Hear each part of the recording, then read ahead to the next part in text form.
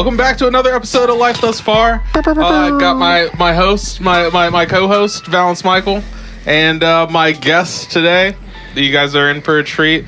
I don't know what to tell you other than he is one of the dopest comedians, fashion icon, just a overall mogul, and family.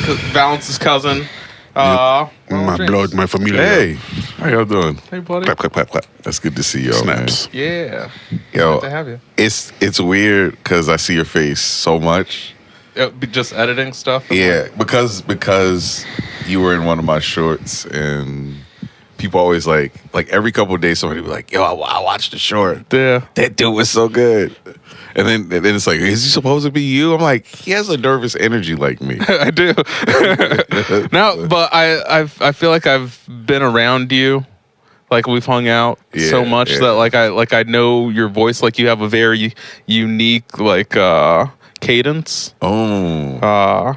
So to be able to read your writing and be like, oh, I can actually hear your voice in my head, just based on how. Thank you for doing that, man. Man. You know, it's funny. I don't think I ever got a formal chance to truly thank you, man. I appreciate it. I'm ready to do it again. As things traveled all over the world, you know, it's like a strange thing to be get a letter in French. We thought this was great. We're going to show it at our festival next week. You probably can't come, but you know, it's cool, man. It's Africa. It's been in. Yeah. Shout it out, man. Tell them what it is. Yeah. So, what camera am I looking at? This camera. I feel like this is the hot ones. This lets you know the camera's hot. Yeah. Oh, that's really cool. Okay, so my short is called Do You Trust Me? It's based on a date that I had about 15 years ago. It's funny, Valence was actually there. And in the short. Valence is so it was this full circle moment where, you know, it's funny, I said this to him when it happened, and I think that he didn't understand it quite at the time, but the date changed my life. Mm-hmm. The date legitimately changed the way that I perceived people. Yeah. There's a casual act of kindness that really left the impression on me. Mm-hmm. And I always wanted to tell a story at some point, and then, you know, I had some time and resources, and, it's funny. I was the original version before it skewed young, because I always had you in mind. Mm-hmm. There was a version of it that was gonna be people that were a little older, and they're early 50s. Just, beautiful black people. Yeah. You can't tell the ages, but they would have been early 50s. Yeah. But then as I started to talk to them more about it, I was like, I think I just need to do the ages that I was when I was in it. Yeah. So I was like, it'd be cool if Leland can do it. And you killed it, man. Yeah, dude, I was excited to do it. You killed it. Yeah. It turned out really cool. It turned out great. Yeah. Yeah. Do you know it's funny that have you seen the black and white cut? No. It changes it. Really? Yeah, it makes it it makes you seem even more artsy than you already are. Really? I didn't know. I don't know if that's possible. Basquiat living in a trash can level. I don't know if that's even possible. The garbage disposal level. I don't think I haven't seen the black and white. Yeah, you should, man. See, I'll show it to Yeah, you. sip some wine, have some French music playing on the background, some jazz. Oh yeah. Yeah. So Ron, this is a life stories podcast. Oh. We are here to hear your life story today. Okay, where do I start? I want to know. Let's start with your parents. Okay. My parents couldn't be more different. So my dad comes from a large family, very heavy duty, loving family. Northeast Baltimore. All day, beautiful, really nice. My mom comes from something a little different. She's from Westport Projects. She grew up rough. And so I grew up with two ideologies. One that was very much easy breezy. And that was my dad, who had a lot of very present, loving people. And my mom did in some ways, but her messaging was a lot more frantic than my dad's. It was get an education, do something with your life, please make something of yourself. So, to have those two energies kind of come at me at once was honestly really hard to sift through. Mm-hmm. But it worked. It worked. They had really unique takes on life. One was much more grounded in reality, whereas my dad was like, he would like hitchhike. He would just hitchhike sometimes. He would just hitchhike across the country, or really? He was like kind of a free spirit. So he would always tell me stories about, one time I got on a bus and went to California and hung out with some guys there and slept at this lady's house and started cooking there for a little bit. And he had like this, he didn't have like a straightforward path in school, and neither did I, but so it was cool talking to somebody who didn't do anything straightforward. And then talk to my mom, who felt like she had no alternative but to do things that way. Interesting. And I think there's a privilege in my father's version of it. He's a man. He didn't have to deal with quite as much. The dangers of I don't know if my mom could have just gotten up and gone across the country the way he could.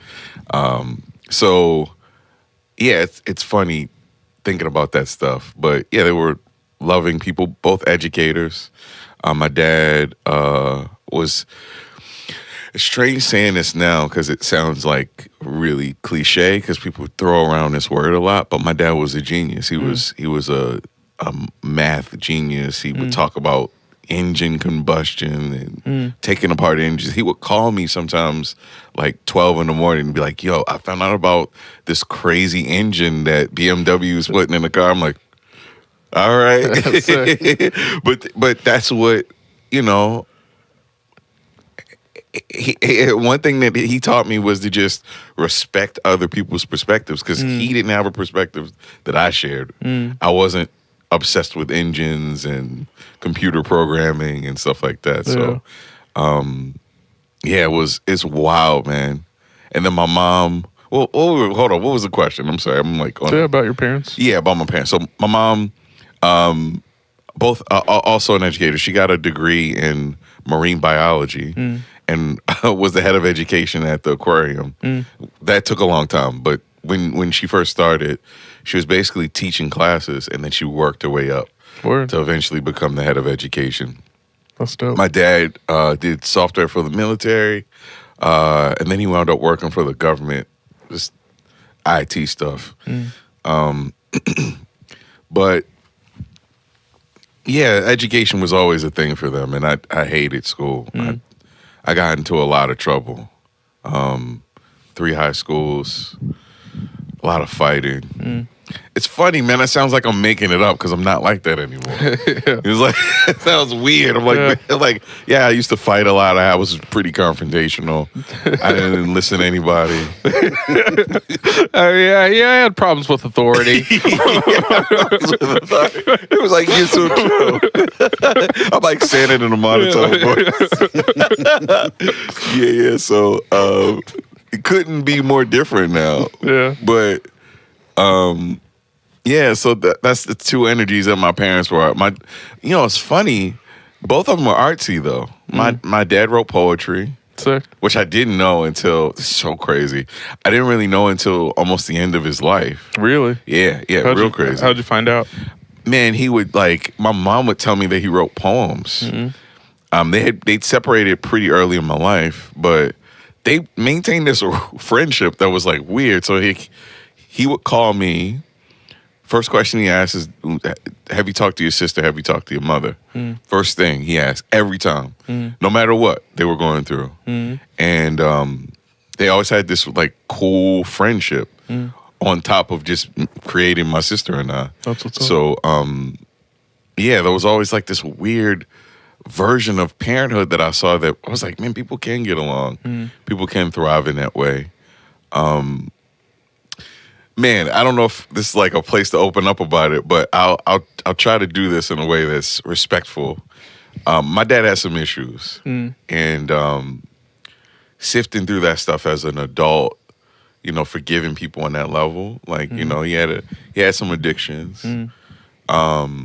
Really taught me that people are on a journey, man. It's. I'm like, how can this smart guy? My dad went to Princeton too, which is a really strange thing. So you're like in the hood, getting Princeton magazines. You know, I ask him like, you read like.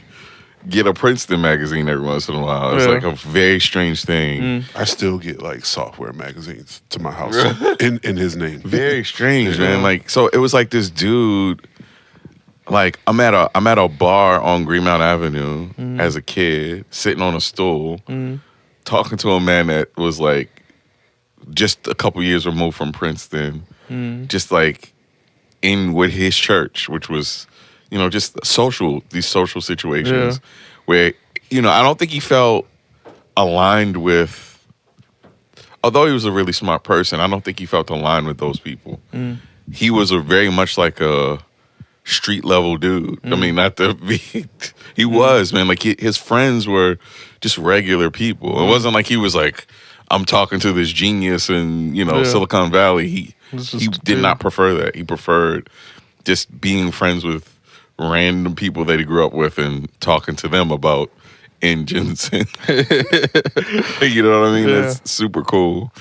And my mom kind of developed this traveling bug with me, man. Like I'll never forget when I was 19, she deferred the money that we were going to use to go to Disney and took us to London. And to say that it fucked up my world is an understatement. It created this like, I'm very much like a Wizard of Oz, dude. Everything you have is there already.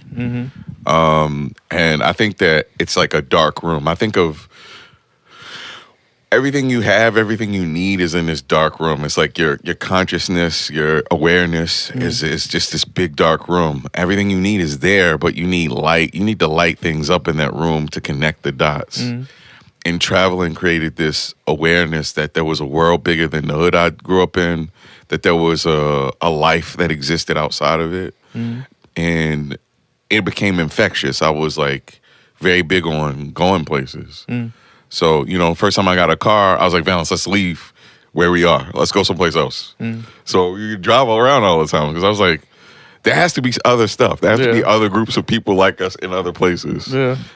So driving around was really important to me. That it felt like there was something bigger than us.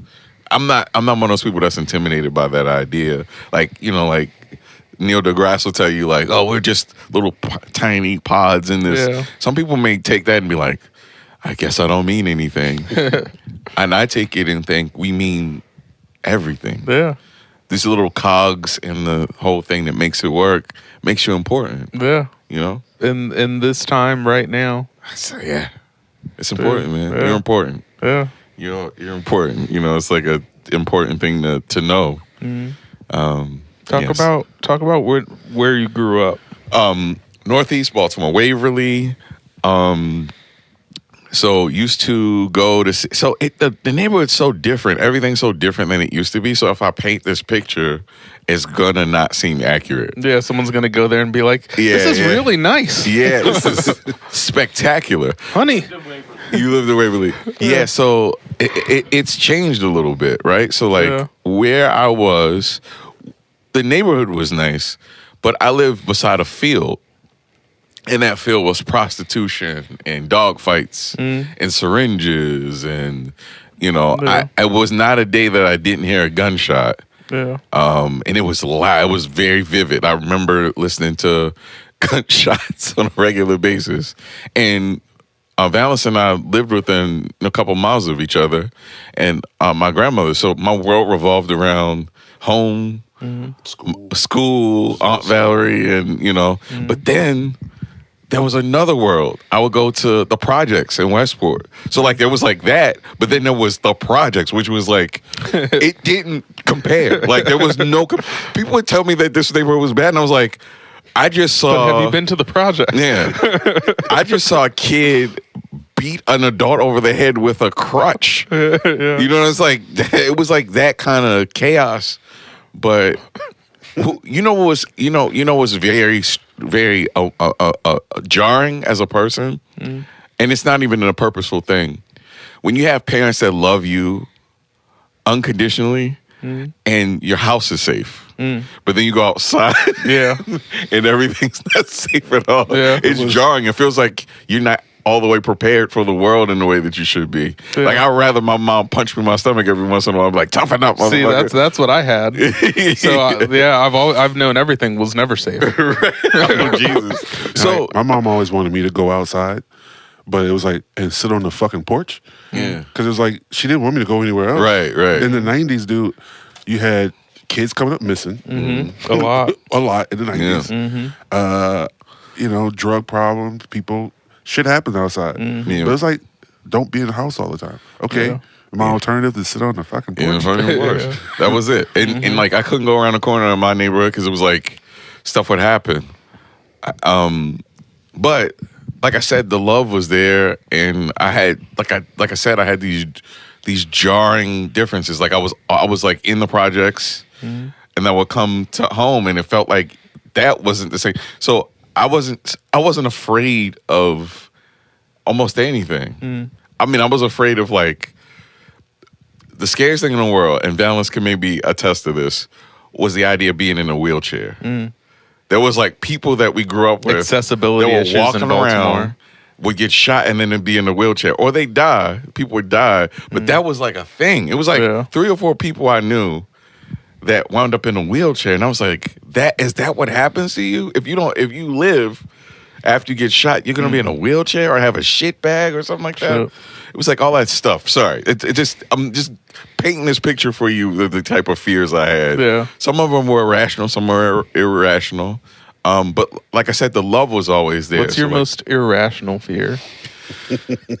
Stuff like from a standing position, something going into my dick hole. So here's the thing. So I don't know what, it's so irrational. Have you ever like walked and had a corner go into your dick hole? And you're like, you know what I'm talking about? yeah, No, I don't. it's just like a little piece of fabric touches Like a little it weird. piece of fabric going in your dick hole. Yeah, It's like, and you're like, what the fuck is happening? yes. Yeah, that's valid. I'd like to add on to that. Okay. Spiders will have between 2 and 2,000 offspring at a time. No. Where the fuck are they? Oh, no. Where'd they go? Most of them don't survive. Okay, that makes me feel good. But it's funny you say that, but what if I was talking and I just went, and I just like, my face went, Oh no, they came out of his dick hole! you would freak the fuck out if you found out about Yeah. Best podcast ever. You would, that would go viral, obviously, but What if, yeah. Clip it. Clip it. For Clip good it. fucking reasons. Like, we got to put this black out today. dude's face splits in half to reveal spider's nest. That's a real, that's a reasonable That fear. is- yeah, that's- it's irrational, It's but irrational, it's so but rational. because why would you want that to happen? No. Yeah. Man, Then speaking all terrible. black people will be known to have spiders there. Yeah. Right, yeah. Oh man, I knew that's what their hair was made of. One day, when I was younger, so part of the whole like experience in the city, we moved to Towson when I was a teenager. So this house in Towson, like it was like an older couple, and they had stuff just in the house.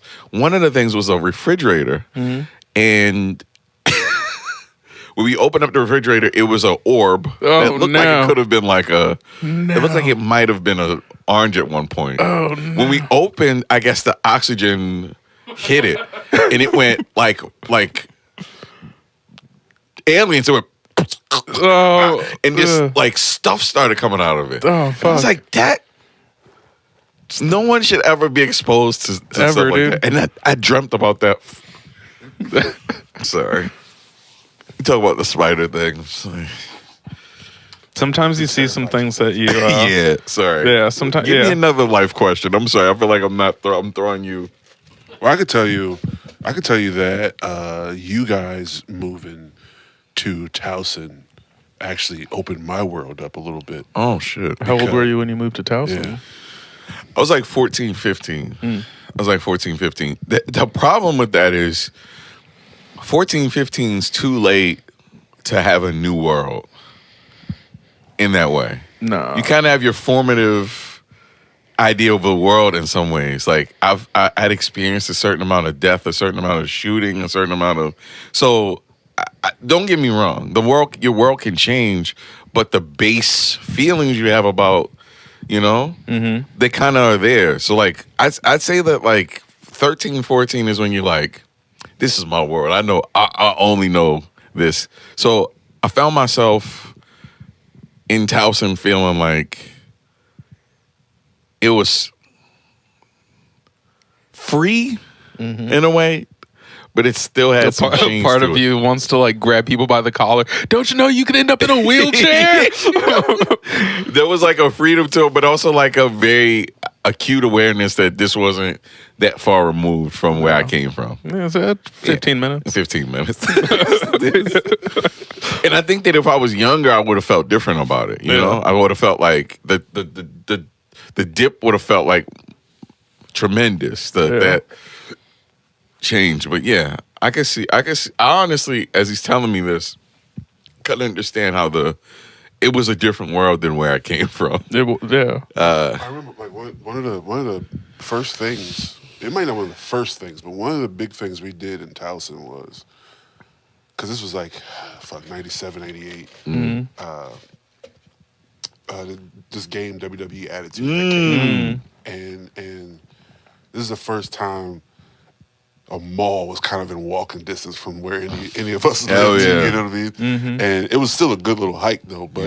But when this game came out, man, we had been up there, did the trade-in values and all that stuff, got the receipts, and we just got together on this particular weekend or something and just walked to the mall, to go get this damn WWE game. Yeah.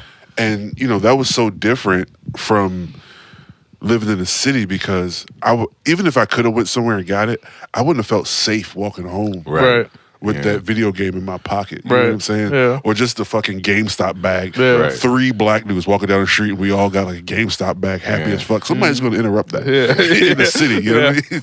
And the only danger we had was heat stroke. Yeah. You know what I mean? Like, that was it. That was it. Like, once I got a little older in Towson, stuff started to change. But when that age was like, it was so fun, man. Like, it was like, and it was like pockets of things I hadn't seen before. I had never met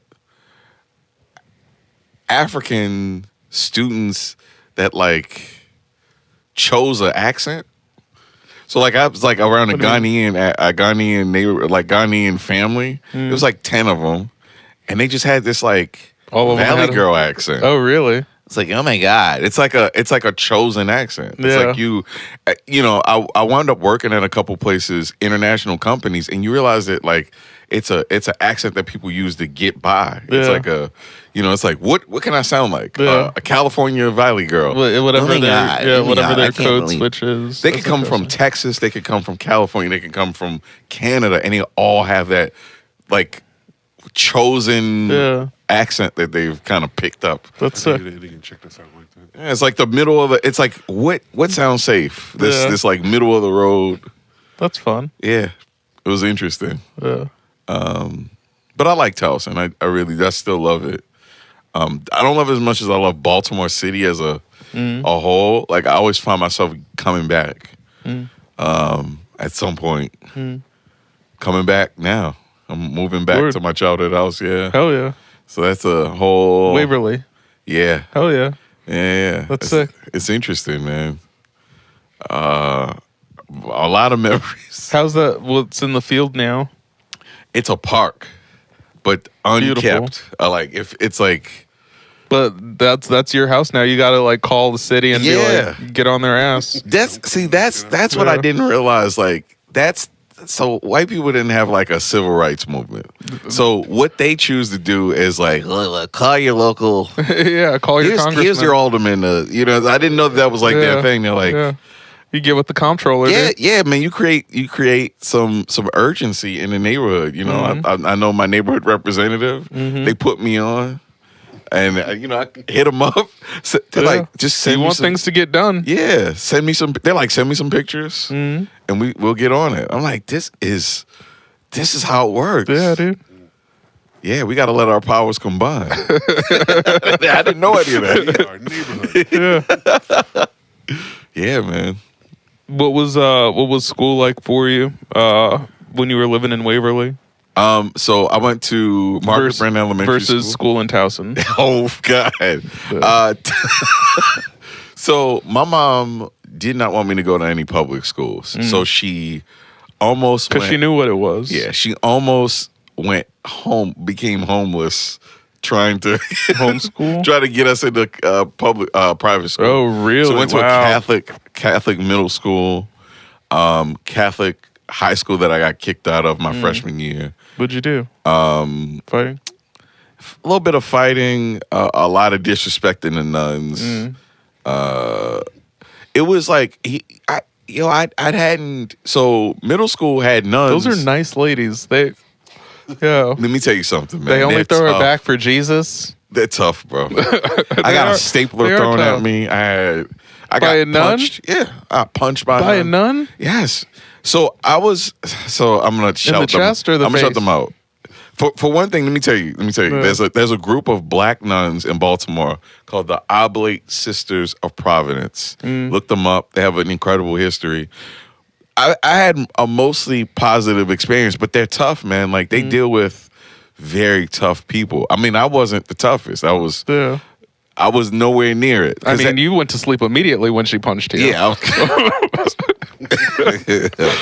Got a stapler thrown at me because the thing was like Sacrament. They didn't have time for that. Like it was the schools, the classes were overcrowded. It was like shut up and learn. And if I didn't do that, then that would be fisticuffs. Damn, sometimes dude. you might square up with a nun. Yeah. Sometimes you might square up with a tough nun. You win some, you lose some. Who had like honestly the reflexes of Tyson. Well, she had God behind her. Yeah, that's true. I didn't have GP. GP wasn't behind me when I was. That makes a lot of sense. I was watching Sister Act 2. He was watching Sister Act to whoop her ass. Sister actually whoop her ass. Yo, it was real. It was a real thing, man. Like they were really loving, caring sisters, and it was like there was a couple white nuns, but I only knew. Can you imagine, man? Going to a place where I only knew black nuns. I don't know if I've ever seen a black nun. I've only knew black nuns my whole life. So Baltimore creates this like. Well, let me tell you, man. You got me on a stream of consciousness. Let me follow my logic. I'm in Baltimore in St. Francis Academy, all black people, all black teachers, all black nuns, and then I go to Towson, and it's like the 1960s, man. It's like there's like a separation that I hadn't seen before. Like it's crazy. It's like these pockets where Towson was like black, but like it was pretty segregated in a way that I hadn't really experienced. And I wasn't really. You're reading To Kill a Mockingbird, and it gets real awkward. Yeah. At certain points, and then everything is like a problem for them. Like the rambunctious attitude that I had was perceived as like maybe you should get on medication. Maybe everything was medication and getting held back. And until you realize like there's a way you can just kind of get along to get through it. I was a terrible student. I got kicked out of there, and then I went to. That was a public school in Towson? Oh yeah. Man, what was? No. I went to art school. Okay, so I went St. Francis. I went to Carver Center for Arts and Technology. I went for literary arts. Shout out to Carver. And then I got kicked out of there. Damn, you should have went for drama. They would have been like, "Oh my God, he's acting out." Yes, he's got so much energy. Got so much passion. So much energy.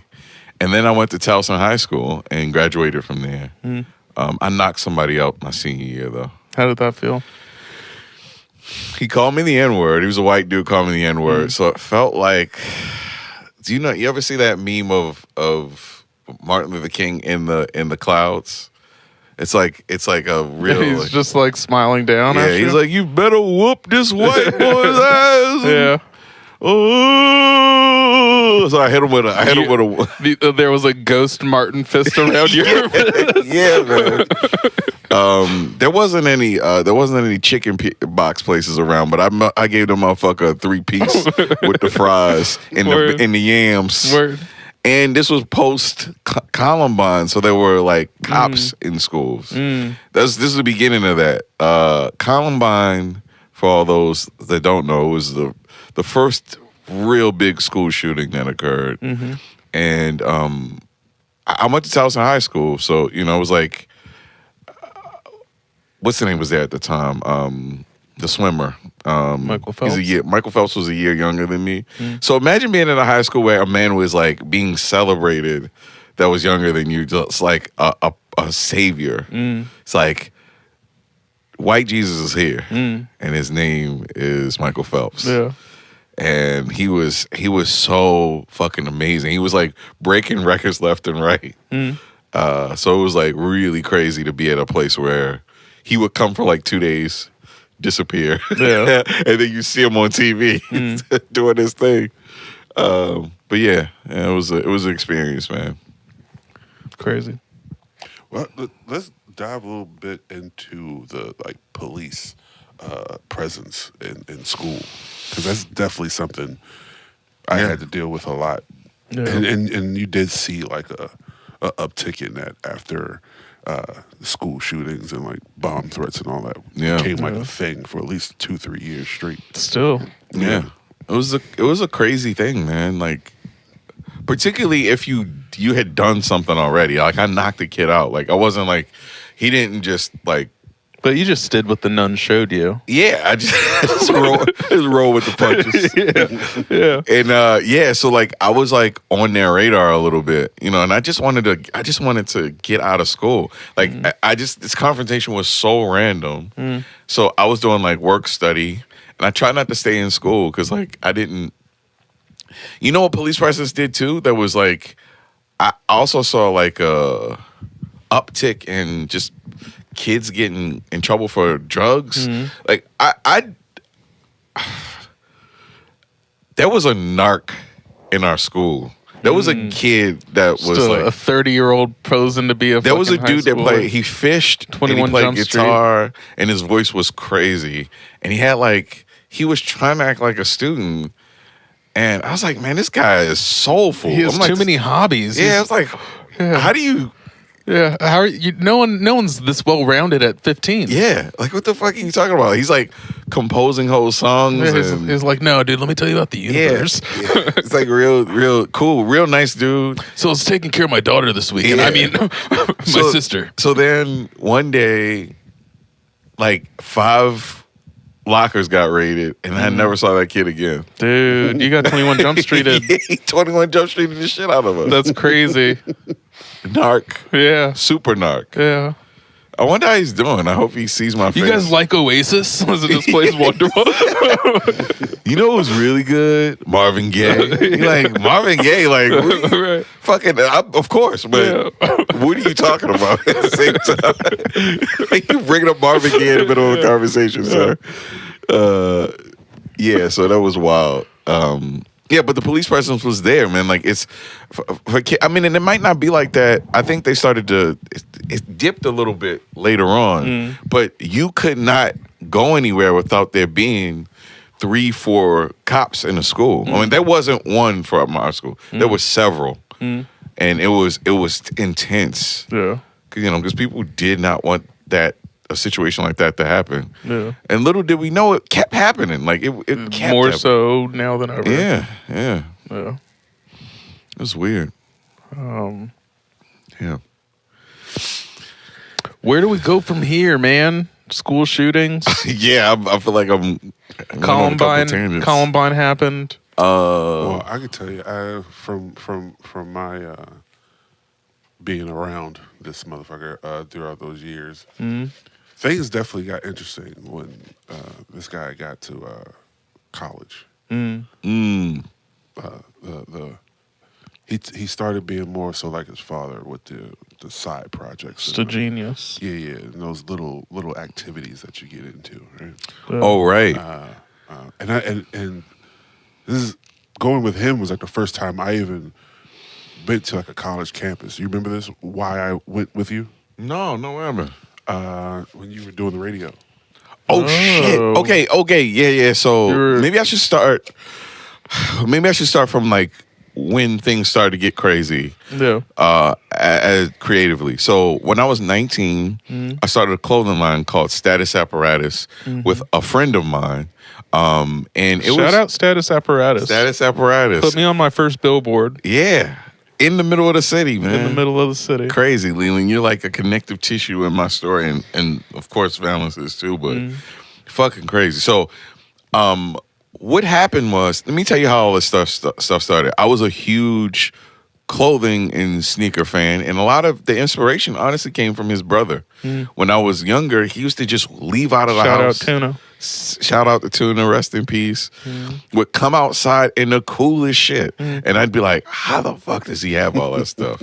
He was like an Air Max dude. Yeah. He had like 10 different colors of Air Max. Yeah. And I'm like, that's fucking crazy. And then he'd have like, Bo Jacksons. I'm like, Bo Jackson, like, Bo on TV, Bo knows. And it's just like, I started thinking like, why don't I try to get cool stuff like my cousin? I go to the mall, buy something, and then I'd go to a place and 10 people had the same shit on. And then a friend told me that there were boutiques that existed in Baltimore. Shout out to Shop Gente. There was a Japanese-inspired shop that would change its theme seasonally. So you'd come in, and then 6 months from there, the whole theme would be different. It'd be a motorcycle in the middle of the shop. Word. And this guy would go between Japan and Baltimore and bring back stuff. So like, Sick. he would have... So Stussy was a popular thing here, but he'd have Japanese Stussy. Yeah. He would get stuff from London. He'd get stuff from... So I was getting stuff that was maybe $10 more. Yeah. But it was not everybody was wearing it. Yeah. Then I was like, what if I put stuff in these shops? So I started making designs through pirated versions of Photoshop. Oh, word. And trying to put stuff together. And at first, no one would listen to me. But then, as I got better, they would be like, hey, if you put some drop shadow on this, I could sell this. If you give me a couple shirts, you see what happens. So I was trying to tell my friend, like, yo, this could work. Like, I think that I could put my stuff in like 4 or 5 shops and I can get a decent amount of money. Yeah. So he would see me doing this too. So like I developed relationships with printers. I was 19 talking to adults like they were kids because I'm like trying to meet dates and figure out budgets and like this. I was juggling all this stuff as a college student. Yeah. So I'm like in school doing that. And then also my dad was a computer programmer. He wanted me to do that and I just didn't have it. Some people just don't. It's like those kids of basketball players that just don't have it. Yeah. I just wasn't. But your runoff knowledge of computers was just ridiculous. Right. Because I was around him. He put a computer in front of my face at like 3 years old. So I'm like a computer. What was your first computer?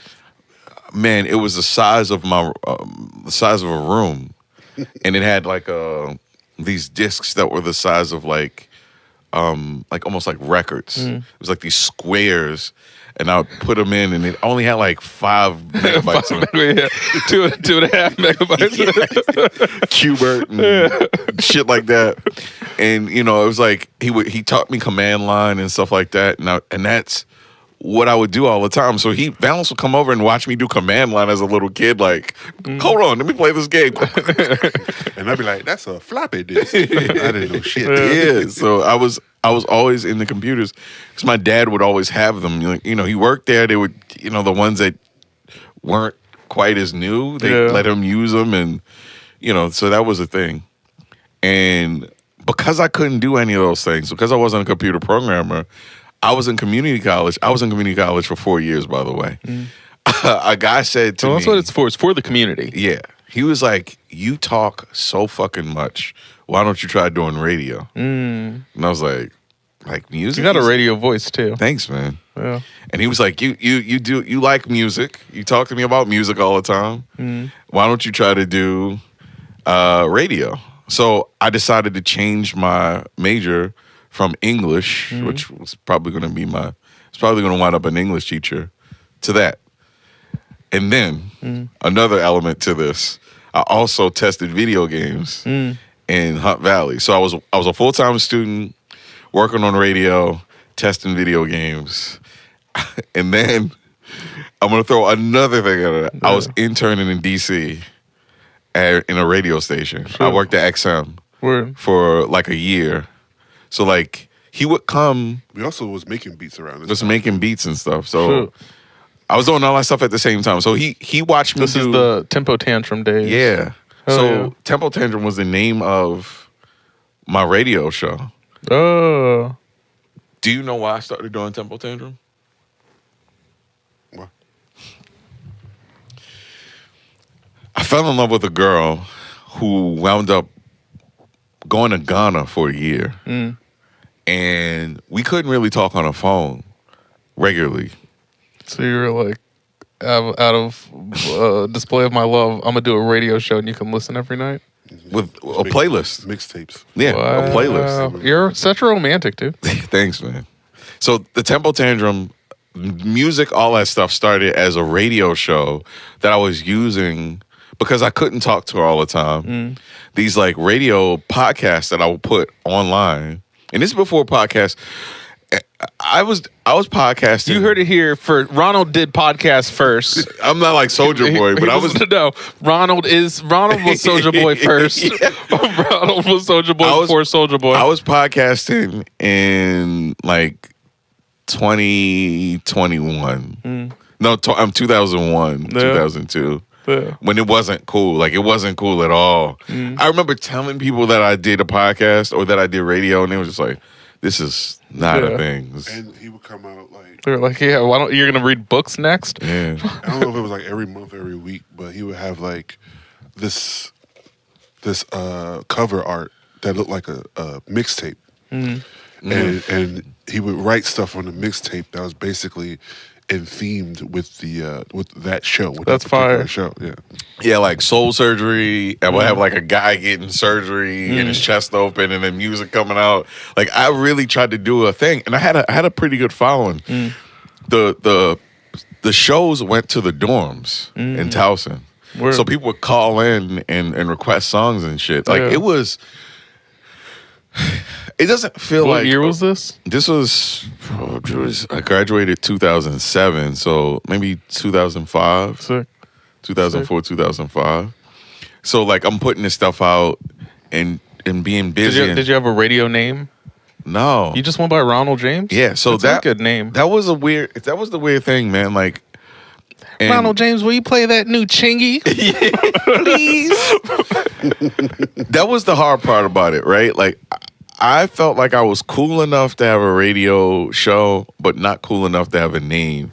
That's why if you see, like, when I put music out with my cousin, it was just my name. Like, I'm not cool enough to have a alter ego. Like, I can't go between those things. Your ego can't take it. Yeah, it can't, man. Really? I have like a stopper. Like I can't do nicknames beyond family nicknames and stuff like that. I don't have that. Like I can't. What are your family nicknames? My family calls me Boo. Oh, careful. Everybody calls me. Oh, sorry. Thanks. Everybody calls me Boo. So like, which is weird to explain to somebody looking over my shoulder when I'm texting them. Yeah, Boo. Yeah, because it's like his face there. It's just Boo, not Boo Man. No, and I think that what happened when I got older is I think my family thought that I was ashamed of the name. Like I don't have shame works different for me. Like you got to do a lot to embarrassing me requires work. You got to figure out something weird about me that you can like bring up, like, man, didn't you shit on yourself at this one time? Like you have to have something so specific. I don't embarrass in that way. And I'll be like, and I'm like, okay, all right, you really gotta like dig. You really gotta dig to embarrass me. Like and that just comes from when I was a kid. I had really crooked teeth. Yeah. So like I got like my teeth were on top of each other, and so people just make fun of me all the time. And I was like, I have to develop a way that I can't cry every time I come to school and somebody makes fun of me. No, you should have just cried. I should have just cried. Let it out. And then jerked off to tears. Yeah. And what would happen was I would try to get performative. Like I would have to. You couldn't out funny me if I was standing on a table yelling at you. If I was like throwing a book at you while I was telling you that your girlfriend thought I was funnier than you, or like, you know what I mean? I had like that's something that I had to like calm down as I got older, because calling people bitch to their face and stuff like that doesn't quite translate as much when you're in high school than college and life. People want to fight you. Yeah, sometimes people want to fight me then, but it changed. That's why like when somebody's like, man, you sounded like when you were younger that you were really different. I was very different, and some of that just was like a social thing. Like I had to stop the mode of like defending myself on a regular basis and just chill. There's a lot of loud, bold, funny people in our family. Yes. So we inherit that shit very honestly. Could you imagine a situation where Valence and I may be the least funny people in our family? And that's not like an insult to either one of us. I believe it. Like, funniest people in the world. My dad was he was nuts. Like, he was like a genius, but also really funny. His mom, funny. Our grandma, funny. Our cousins. So like, everybody is kind of... I didn't even know I was funny for a really long time. Because everybody else is so funny. Valence. Because Valence was so funny. Yeah. Valence is so funny. He's so funny. He'll outshine you. Yeah. Yeah. But you know what's funny? That we try to keep his mic down lower than everyone. It's like his beautiful time. That's why I try to chill. But that was the funny part. Like, I never got jealous of Valence. I never felt like, because to me, stay jealous of Valence. To me, that's what it's all about. Like, people doing well and prospering, and he did stand up before me, and so we did, what the hell was that? I've actually told this story on Oh, you told the story. So redacted. But we need your perspective from. Yeah. Okay, so Valence. I like to think I wasn't in a good place around that time. Okay. I mean, that had some context to it. So, there's always like every couple of years these like real. The only way I can describe it is almost like a storm coming. It feels like this like feeling that like some change is about to come. And I was kind of changing too. Like I was going through a 7-year cycle type shit. Yeah, some 7-year cycle shit where it feels like your life is about to make a substantial change. You don't know what it is, but you just feel it in the air. Yeah. And sometimes it just feels like I used to always think it was death, but sometimes it could be like it is. It's the death of whatever you were living before 100% into this new 100%. reality. And some of the hardest part in the world about that stuff is mourning your past while also living it the future, the new version of yourself. You feel the future and it's imminent, but you don't always necessarily see it.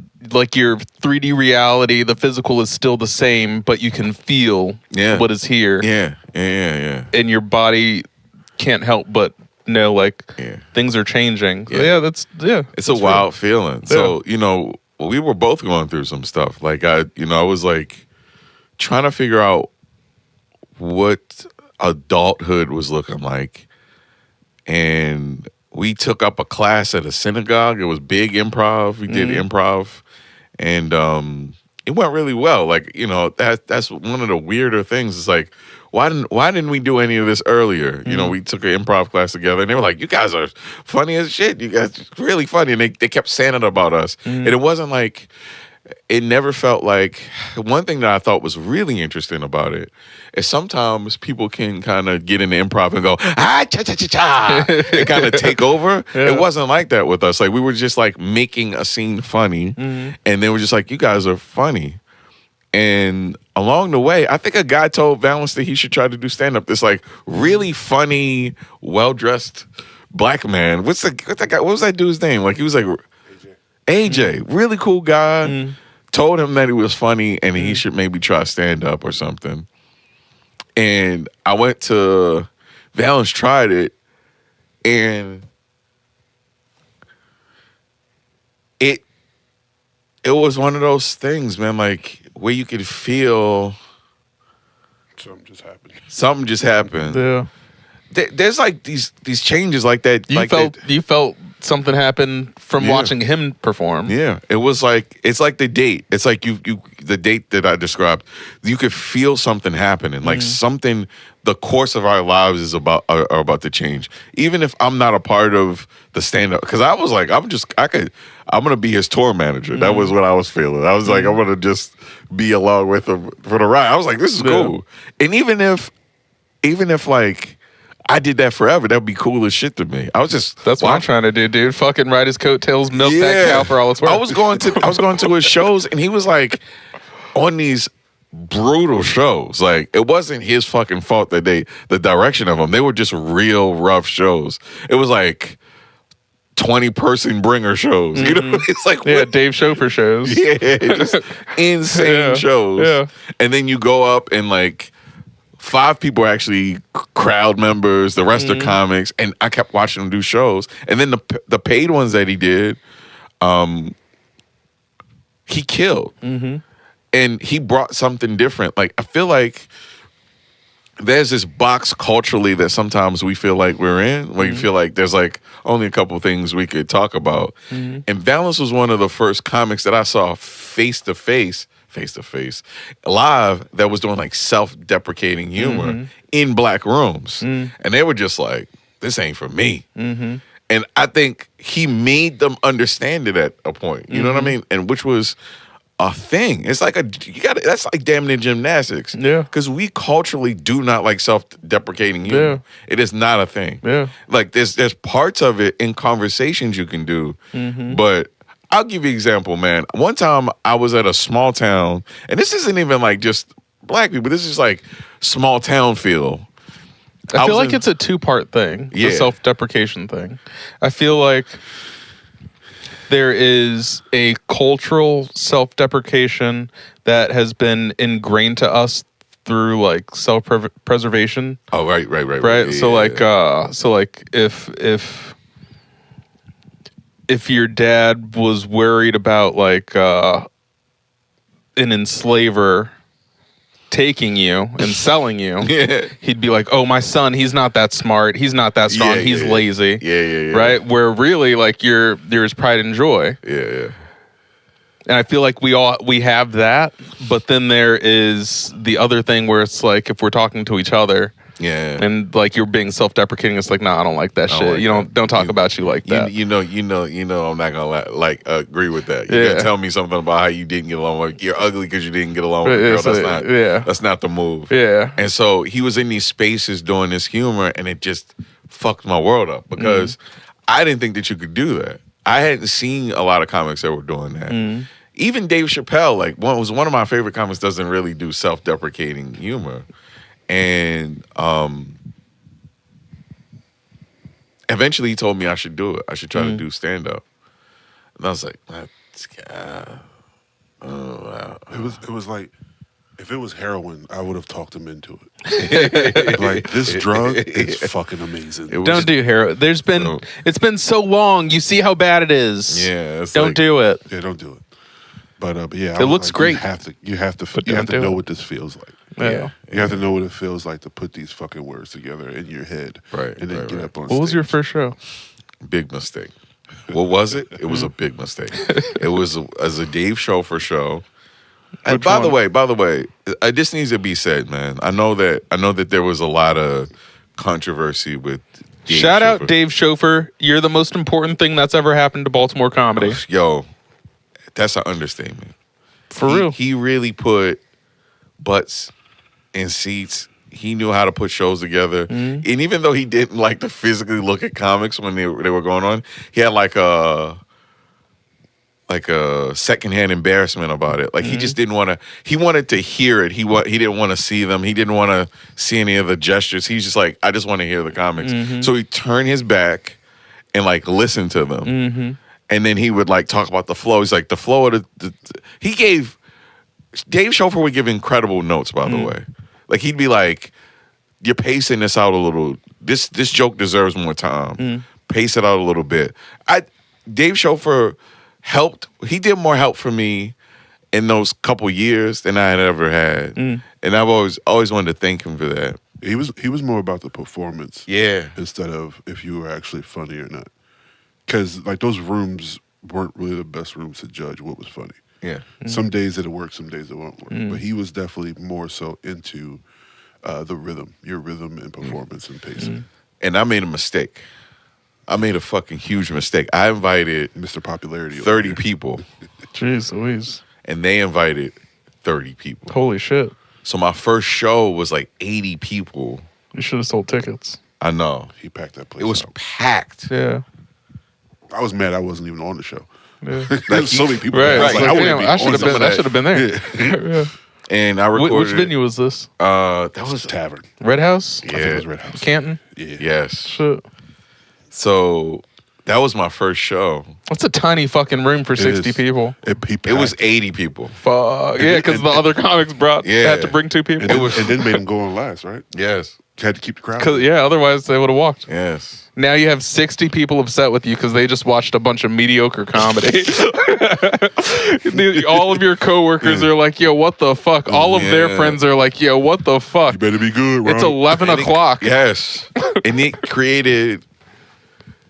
And man, I'm telling you, man, like I have a skewed sense of perception. Like I didn't think that I could bring that many people. Yeah. I didn't think that, and I got a good response. But that's the worst thing that could ever happen to you, because you think every show's gonna be like that. You like, oh well, fuck it, dude. I'm gonna pack the house. But then you start inviting more people, and they're like, Yeah. nah. I have things to do. Yeah, I'm not gonna come see you every week. Right. And so, it just got a little less. And then it just becomes about the work. Yeah. You just go someplace to grind. You have an idea on paper, like I want to go tell this joke, and Start the crafting. yeah, and that's where Sidebar came in. Like, I call that shit Thunderdome. It felt like if this joke was gonna work, it had to work there first. Because if nobody was laughing there, you knew it was going to happen when you went to a place that was booked. It was not going to go down like that. It was going to fail. I don't know. I had stuff work at Sidebar that did not work. Really? Other places, yeah. Only because there were times where it was just so many comics. It was only for the comics. Yeah. In order to make stuff that is generally only for comics work, you have to put in some time with an audience. Yeah. They have to really 100%. Understand it, 100%. Yeah. You had this command. I kind of took different stuff from you guys. Both of you have this comfort. You had this like almost easy breezy, beautiful cover girl level comfort. That's my bio. Yeah, and Valance had a different comfort. It was like, I'm gonna say whatever I want, whenever I want, and that combination was crazy. Watching you two get up on stage, so I'm around 2 people that really, even if they were nervous, didn't show it on stage, and I had a hard time. Understanding how somebody could tell me to their face that they were nervous and then put on a show and get off and be like, that was crazy. I was so nervous. I'm like, what? What am I missing? It felt psychotic. It felt like y'all were lying to me. I'm like, are you just saying this to make me feel good? Because y'all look so comfortable up there. I just didn't get it. It didn't connect that.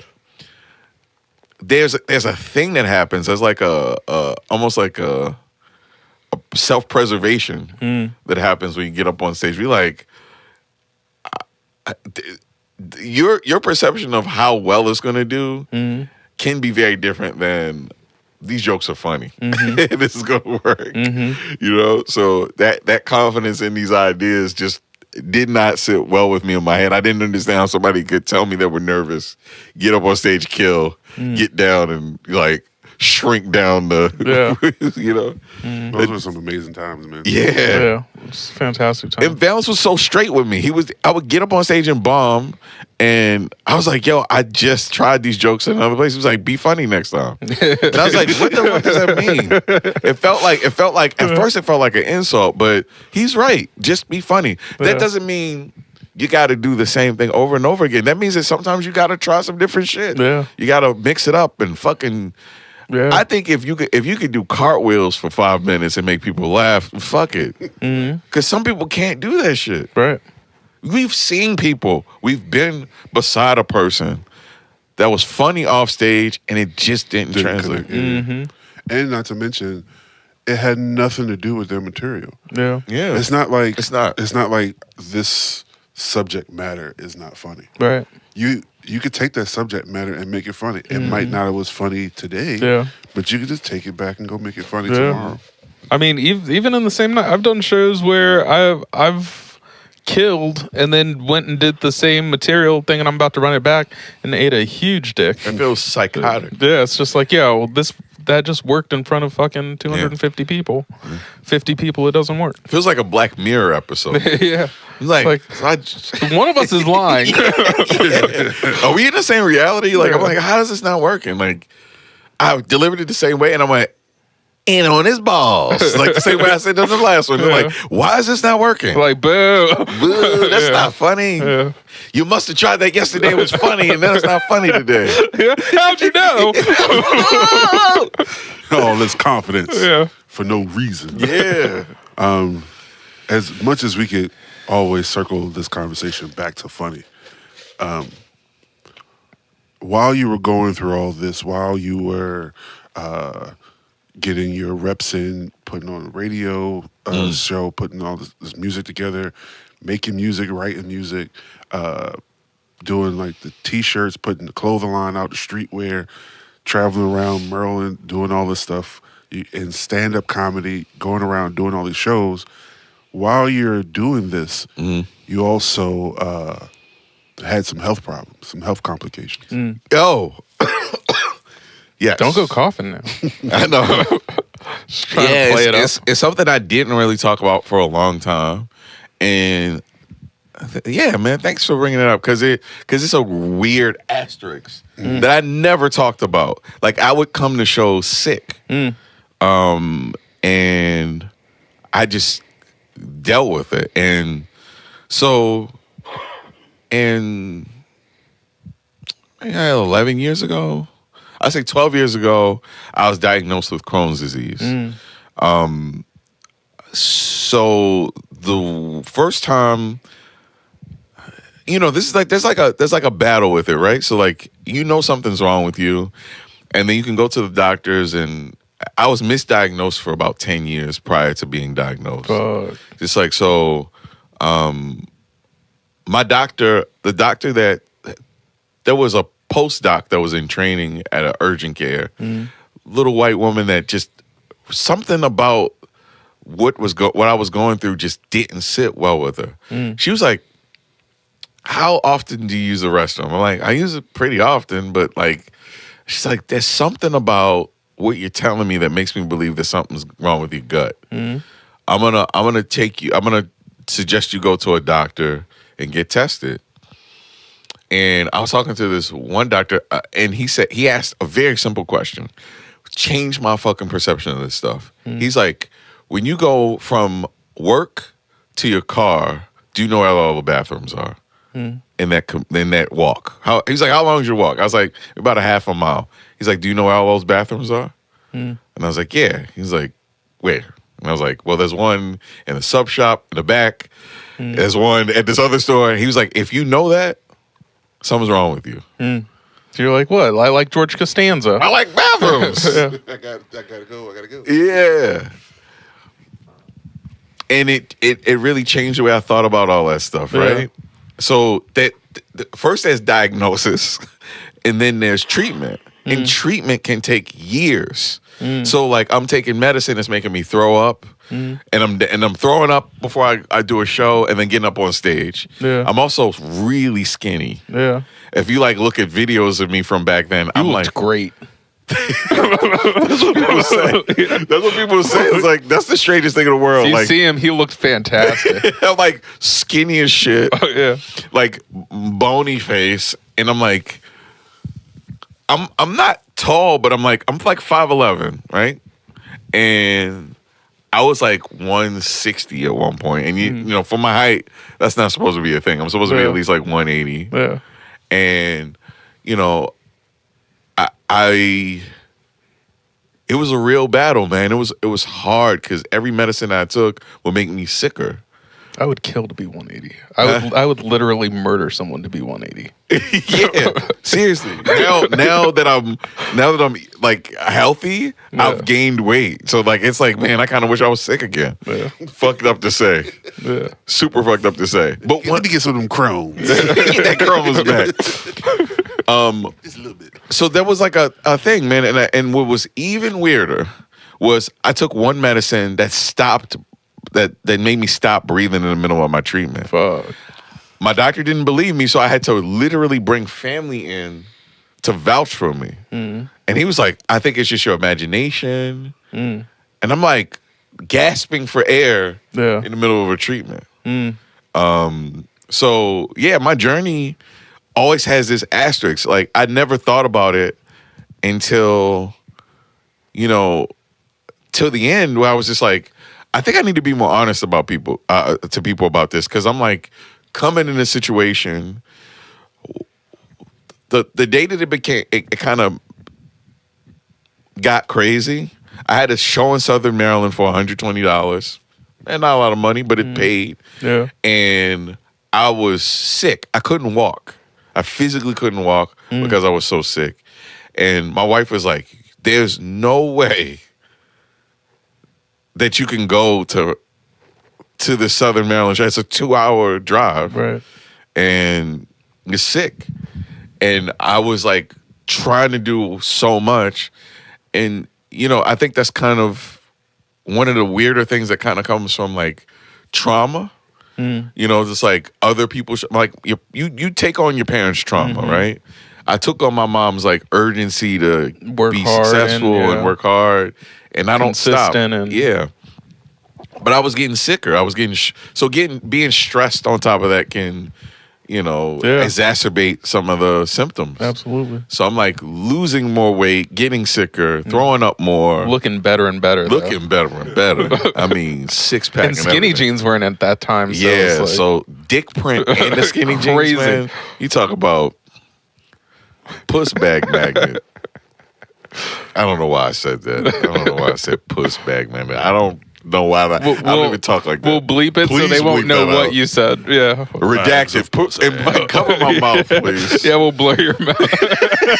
Redacted. But yeah, like there was like a thing. Like I'm glad Valence brought it up, because it was a part of my journey that I just did not talk about for a really long time.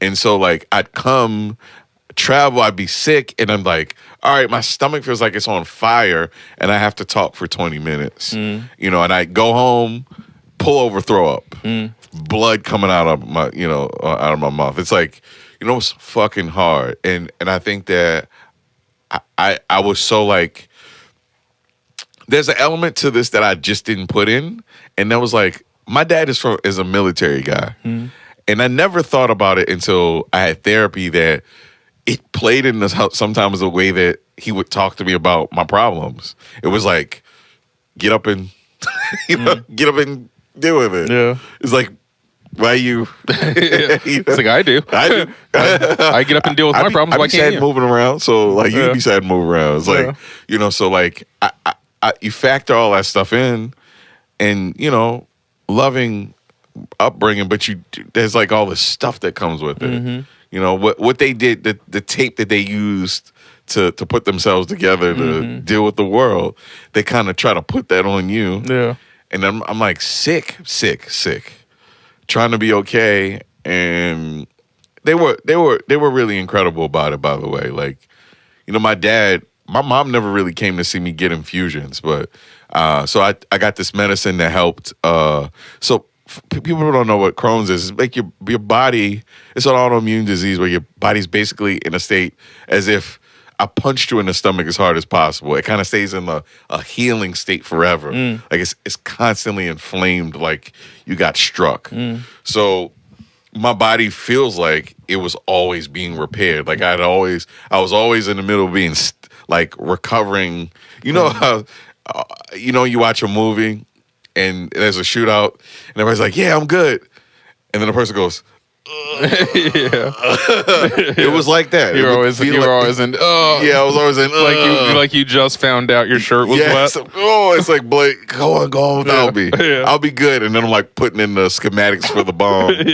But yeah, it's like that stuff. It was like always in pain. I was always in pain, and I had a hard time talking about it because I didn't want to feel like a bitch. I felt like that was like me submitting to the pain was like cowardly. And then one day, I mean, if we're talking about this shit, while I'm getting treatment, I have a boss. I'm trying to keep this as names out as possible. I had a manager when I was working in DC that was kind of like, you always talk about your stomach pain. I've been seeing you go through stuff. You should smoke weed. I was like, you're my boss. What are you talking about? He's like, I'm high right now, dude. She's like, I make edibles. Yeah. So she was like, I'll give you the day. I'll give you the day. Go get a medical card. I was like, are you sure? She's like, I wouldn't suggest this if I didn't think that it would help you. And then my doctor that's treating me for my Crohn's, we started having like an open conversation about weed. And she's like, she says something that she's like, I'm high right now. Got me emotional. She's like, anything you have to do to feel better, do it. She would do research. She's like, yo, you know really helps?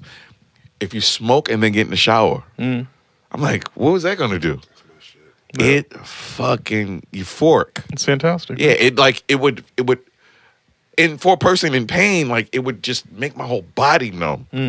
So like she would constantly suggest these things, man. And because of her kind of not shunning it, I was in remission. Remission is like it's a weird term because I gotta be my body has to be okay for maybe 4 or 5 years before they get me off of meds. But I'm in remission right now, which means that my body's not acting quite as crazy as it did. That's good. It still happens, but yeah, man, like my doctor working with me with weed, and it just crazy thing. That's what's up. Yeah. So still, but going to your house to smoke, which was weird because like if you're like, yeah, man, I rolled up, and then you go turn the shower on. It's like, oh, hold on, whoa, hold on, buddy, whoa. He said you wanted to talk to me about a movie part. What's going on? When Ronald was in his early teenage years, I'm sorry to put your business out there. Yeah, sure. He had his moment in time where he was drinking and smoking, being a straight West Coast, rebellious teen, right? Yeah. And then just completely cut all that shit out. Just like, I don't need any of it. I don't need alcohol. That's when I met you. You were straight edge Ronald. That's what we called you actually, straight edge Ronald. And I've been smoking. I had started smoking with comedy. I feel like comedy and weed got introduced at the same time. And when he's told me he started smoking because of the Crohn's, I'm like, welcome to the club, baby. We could have been doing this shit a long time all the time. Yeah, baby. It felt great. We could have been smoking this shit a long time ago. And then, like, it being legal really changed everything. Like, made everything a lot easier to do. Like, being able to go to a dispensary, being able to get it in its, in the form that it's reputably, without any trouble with it. Like really, some dude pulls it out of his ass like he wanted the weed, right? It's like from under his balls, like you wanted the weed, right? It's like, I did. Some butt bud. You didn't even have that at anything. Yeah. To be honest, it really messed with me, man. Like so imagine I didn't smoke for damn near 20 years. So like you have an idea of who you are as a person, and then it changes.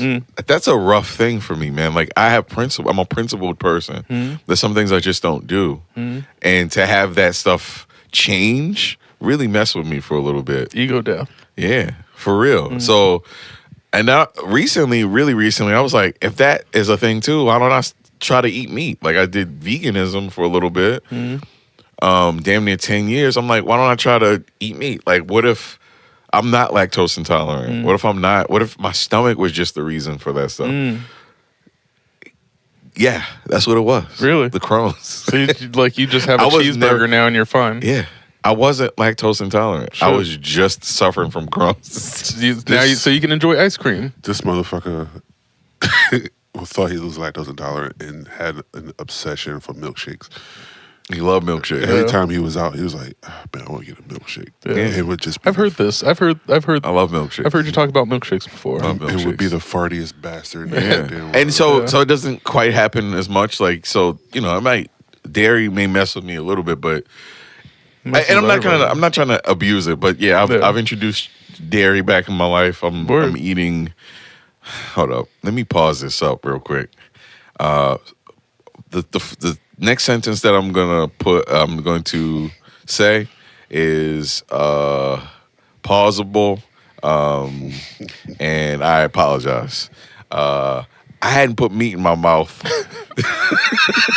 for 21 years. Well, that's where we draw the line. Just shut down the whole. The lights turn on. He's like, shut down the. yeah, that's a wrap. But yeah, it's just is a real thing, man. Like, I didn't really put, and I wasn't around it either. Like, it wasn't even like a judgment. There was no judgment. I think that people felt like, and I don't drink. I'm probably never going to drink again. But that's one thing that I'm probably not going to do again. Maybe I will, maybe I won't, but probably won't. Yeah. It's weird when somebody finds out you don't do something. They always want to like make you do it. No, or they'll like have a story. Yeah. Like, oh, yeah, my dad used to drink real heavy. I'm like, I didn't ask you any of that. Yeah. I didn't want to know that. Yeah. I don't give a fuck about that. Like, it's fine if you don't. Yeah. If you drink and I don't, it's so weird. Yeah. Man. Smoking is not quite as bad. If I say you don't smoke, it's understood. Drinking is the one that really gets people. What? You don't drink? It's like, damn, man. How do you have fun? That's good, because my aunt used to be an alcoholic. I'm like, why are you telling me this? And then she died, and Yeah. No, I guess she doesn't drink now. she doesn't drink anymore. She doesn't drink as much. She's dead.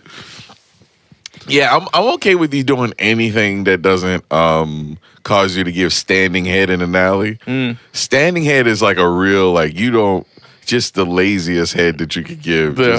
You just grab somebody's pants and just squat your body over as little as you can and just give them the little bit of the mouth that you can give them.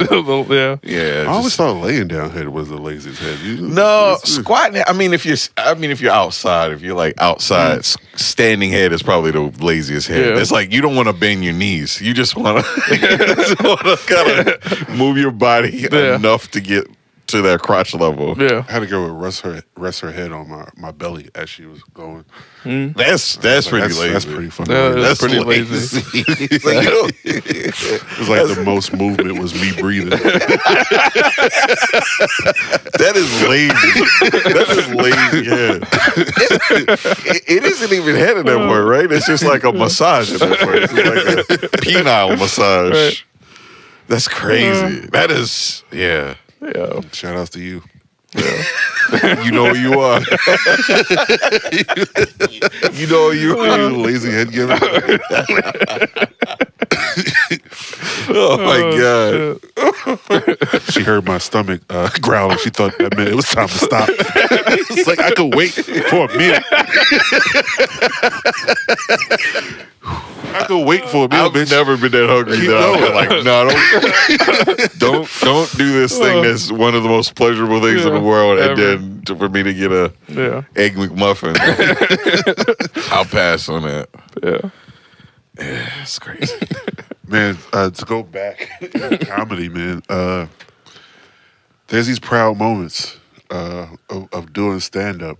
And I know one of them for you, because like I said, we have this funny family that we come from, man. Yeah. So tell me about just like that conversation with like your dad and your mom with you doing stand up, and when you Holy shit. came to see you. Yeah, so oh man. There was one big one. That was the one big one was the Parkville one. That was a strange one because I didn't know my father was gonna come. So This was when you guys were running in the room? yeah, we Urban ran Soul? a room before. Urban Soul. Yeah, we ran a room in Parkville, and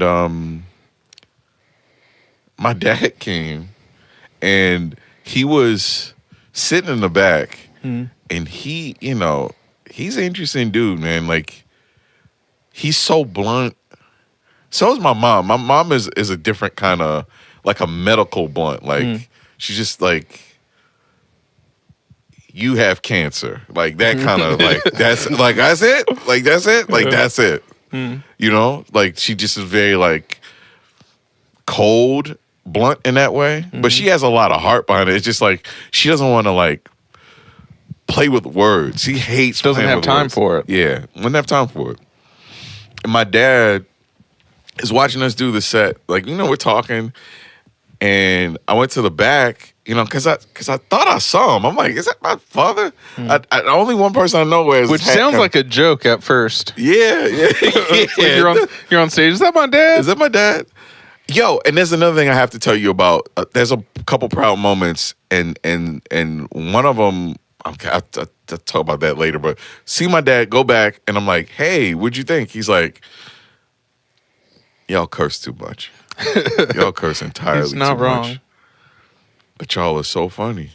He's like, I got to keep doing this. And I was like, thanks, man. He's like, y'all got to stop cursing so much.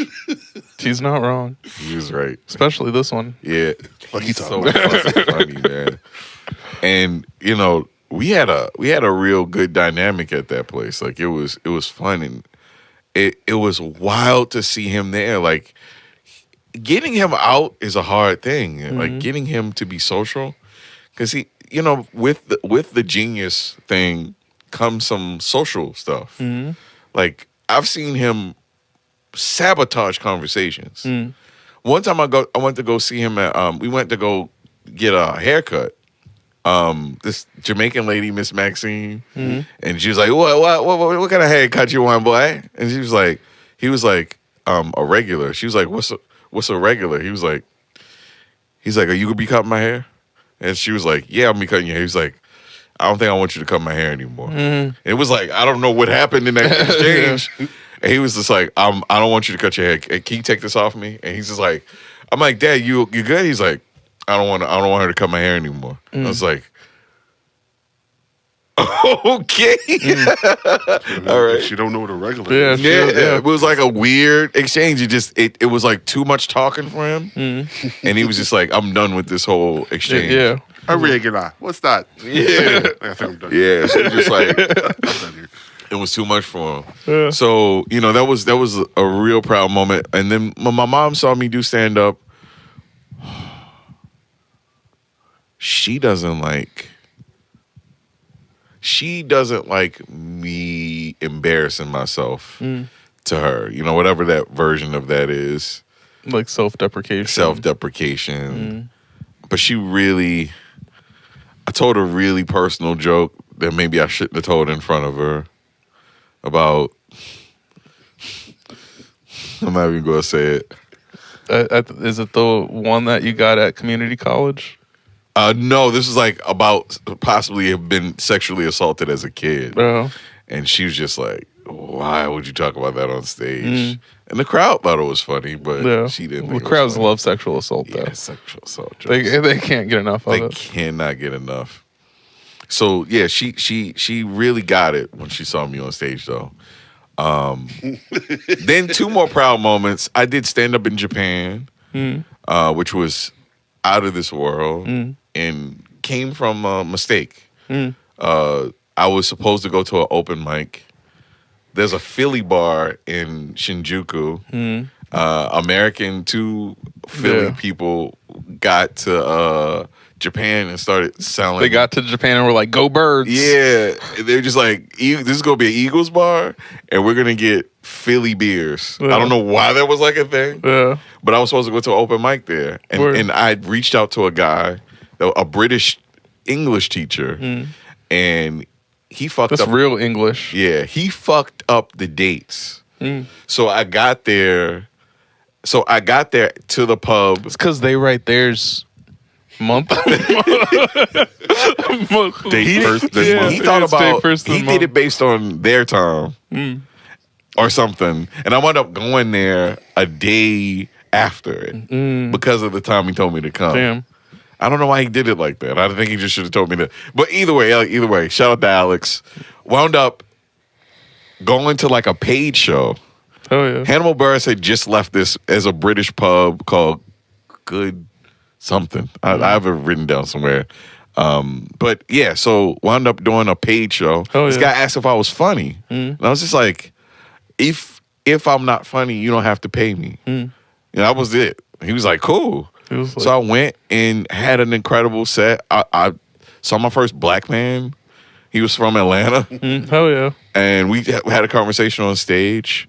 And that's another thing that I encourage people to do. Like, if you do stand-up, do it wherever you go. Well, you know what I mean? I'm saying, like, even if you're not booked even if you're not getting paid for you it, can get a booked show. Like, you people are just happy to have you, a person from another place. And I'm thinking none of the stuff is going to connect. I'm like, people pay bills. People are in fucked up relationships. People have insecurities about things, and that connects. It doesn't matter where you are. And I used to think that was so far-fetched to get people connected. But, you know, if you look at the video of it, it's crazy how people are reacting to it. And I do the same thing in London. So, like, you go to a place, do an open mic there. I try to do it wherever I go. Word. Yeah. So those are 4 comedy moments that just kind of. Then we had one. I mean, you and I have had a ton of them. We just do shows together that go really well. In general. So, yeah. There's definitely a group of us. I think it's important for us to keep doing shit together. Yeah, for sure. We curate some pretty dope shit. Yeah. And it travels well. You know, like Rob Smallwood took me on shout out Rob. Shout out Rob, man. Took me to a mic in California, and I just gave them the energy that I normally give them. And California's a little different, man. Like, their energy is a little different. Like, it's not quite as East Coast aggressive. It's not. Yeah, at all. And you bring a different energy. And I was telling Valence, like, Valence needs to go do some of those mics. Like, they will love you over there. Yeah. And so, you know, shout out to Rob for taking me to, you know, a mic and having me experience that California energy. And it's weird because everybody is like, stand-up is the 5th thing they do. It's like, you're a model. I'm an actor. Writing script. I'm on a writing staff of this show. But also I'm a professional surfer. So it's crazy, man, meeting people. And Rob, like, for what it's worth, man, Rob is kind of really settled into the California scene, and he's killing it, man. Yeah, he's hustling, man. Yeah, I love to see him kind of, and he's too aggressive for those motherfuckers there, man. He's like, he's shitting on the crowd, and I'm like, nobody shit on this crowd for this whole show, and he's like, "What's up, you stupid bitches?" Yeah. And you guys are so fucking dumb. I could say something in front of you, and you wouldn't even get it. I'm like, Rob, he's so fucking funny, man. But yeah, he's honed that in. Like, you know, it used to just be really mean-spirited with no laughs, and now it's like mean-spirited laughs, and he can wind up creating this dynamic with them too, man. Like, it's wild to see. Yeah, he's doing really well. Shout out to Rob Smallwood. Yeah, man. Shout out to Alex in London who put me on, and, like, you know, these you make these friends, you know, all over the place. And traveling, you get to see how big the world is, and comedy makes it so much smaller. It really does. Yeah, it really does. You know, some friends that I've made just for you know, as long as we're alive, like, we'll find ways to connect each other. So, like, I'll give you a weird example. I did that Japan show, and what's the name? Damn. My brain is like mush right now. Shit show. Quinlan. Yeah. Quinlan is in Japan at the same time. Word. and he's like, "Yo, do you know anybody that's doing a show?" And I'm like, "Are you fucking with me right now?" He's Right. like, "No, I'm in Tokyo right now." I'm Yeah. like, "Stop playing!" Like that's happened twice with me in Quinlan. It happened in London That's too. sick. And I'm like, "Yo, I know a dude. Alex will put you into a show. Yeah. Put him on a paid show." Like the week that I went there, like Word. I left. He was still in Japan. Word. Wound up doing the show with the same people at a British pub Sick. in Shinjuku. So it's like, and a similar thing happened for us in London. Like we were in London at the same time, and I was like, Cavendish Arm, one of the best, man. Okay, so getting back to the mic thing, man. This is the last international stand-up thing I'm going to tell you about. Cavendish Arm in London is one of the weirdest, interesting shows I've ever been to. So the way that it works is they bring on comics, and if they like you, you get a beer. You know, buy them a drink. Yeah. And then the last 4 or 5 comics go against each other. So it's like 20 comics. So you're rewarded in a different way for being funny. You get a drink for fucking being funny. Yeah. So like, you know, it brings this dynamic to it that makes you want to compete and you get a free drink out of it. I came in like 2nd place, 3rd place the first time I came, 2nd place the second time, and these are like murderers, like TV style writers, like packing. Oh, the way that they write over there is completely different. It's like sitcom level. Yeah, it's like the puns, like the just different parts of speech, like everything has an entendre. Everything has like a. You're right. It's like packed in jokes and like a 5-minute. Yeah, the way that they write is just completely they there's some real writers over there, and they can be jokey. Yeah. It's like, but when you go over there, it's like completely different because it's like this is my life, this is my story. Yeah, it's like, wow, man, that like really messed me up. Like I'm sitting with a guy that like writes like he's like John Oliver. Like John Oliver, like a whole 5 minutes has 30 jokes in it. Yeah, there'll be non-stop. There will be a song with rhymes, and then he'll do it again backwards. Just like, and you're like, oh shit, there's more jokes backwards. Yeah, I'm like, oh my god, and then this one complete story. Yeah. Like killers. Yeah, it's insane. Killers. So you have these experiences, and it's funny. I wouldn't have gone over there if it wasn't. Jesus Christ. It's wild to think about. I went to visit Luke Marshall. Word. Who used to run Sidebar. And went to go visit him. Was that when he was getting married? Was that right at that? The first time was before he was about to get married. It was before he met her. And I was actually in London when a act of terror happened. Somebody rode up on the London Bridge and killed a bunch of people. Sure. So I was like, maybe a minute away from London Bridge. A friend of mine was, I think he works for Bethesda Games. He works at Bethesda Games. He was there for a conference. Get Out came out, and I met him. Like, he dropped the pen, I came to him, and then all these helicopters started coming around. I'm like, that's just regular helicopters. And then everything starts shutting down. Sure. And my mom heard it was a gun thing. So did Aaron's mom. Turned out it was a guy ran up on London Bridge, killed a bunch of people. And the subways, they patted us down. It was like a crazy feeling, man. I don't wish a terrorist act to occur when you're overseas for anybody. It's just a surreal feeling. Seeing like, they don't have any guns like that out. Yeah. You get into like terrorism level when you see them with guns and drug dogs and helicopters and shit. That's 4 stars on GTA for people that are wondering. Yeah. That's 4 stars. Yeah. But Yeah, it was crazy. But all these memories kind of make this whole fucking mess of a life. Dude. Yeah. Let's talk about Do You Trust Me? Yeah, sure. Um Real date. Real date, but the process of getting to the point where you're like, I'm gonna write this, I'm gonna shoot this. Yeah. gonna- So the real version of Do You Trust Me was a lot more aggressive.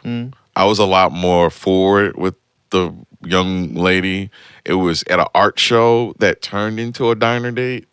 And I had fallen in love in my head. You know, like there was something about her energy that like turned me into like a lap dog. Like I couldn't figure out what it was about this young lady that just overwhelmed me. It's like, what is it about this? And I don't react like that to everybody I meet. I'm not like a hound dog. I'm not like outside like every time a girl goes by. But something about this particular woman really got to me. And I was trying to get to the heart of what really made this thing special. She Ronald you. She did to you what you normally do to people. Like she had a personality. Yeah, she glamored me. Yeah.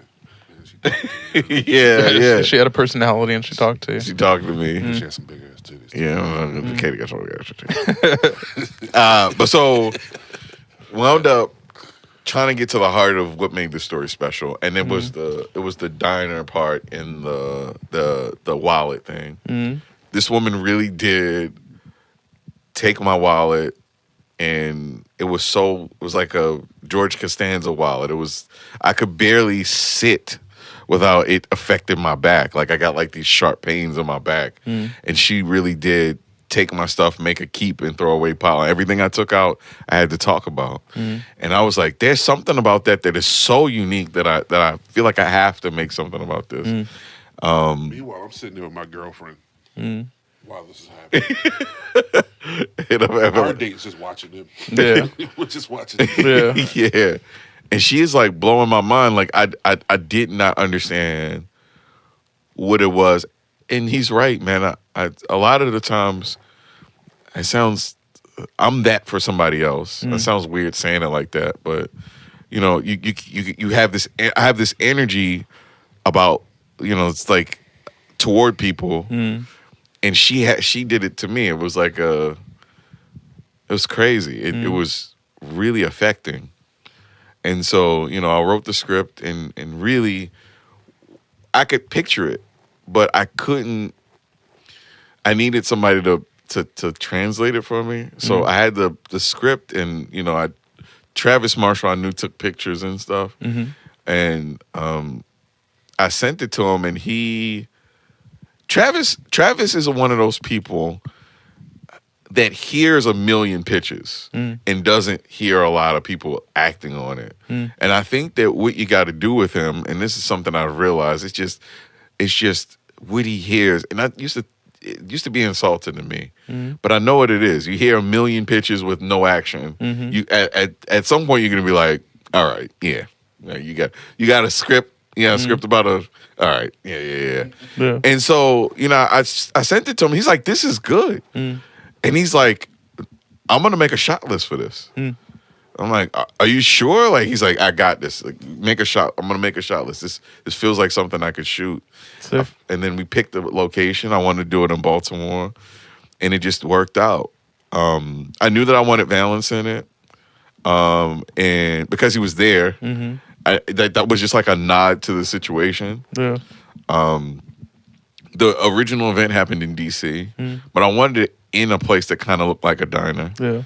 The original was going to be in my head, and this is artsy fartsy me, and I wanted there to be a one shot from the moment the person's kind of in the diner. This would have been you in the diner, and then somebody knocks on it. It would have been a one shot the whole time, like the conversation you have with the waiter, all that stuff.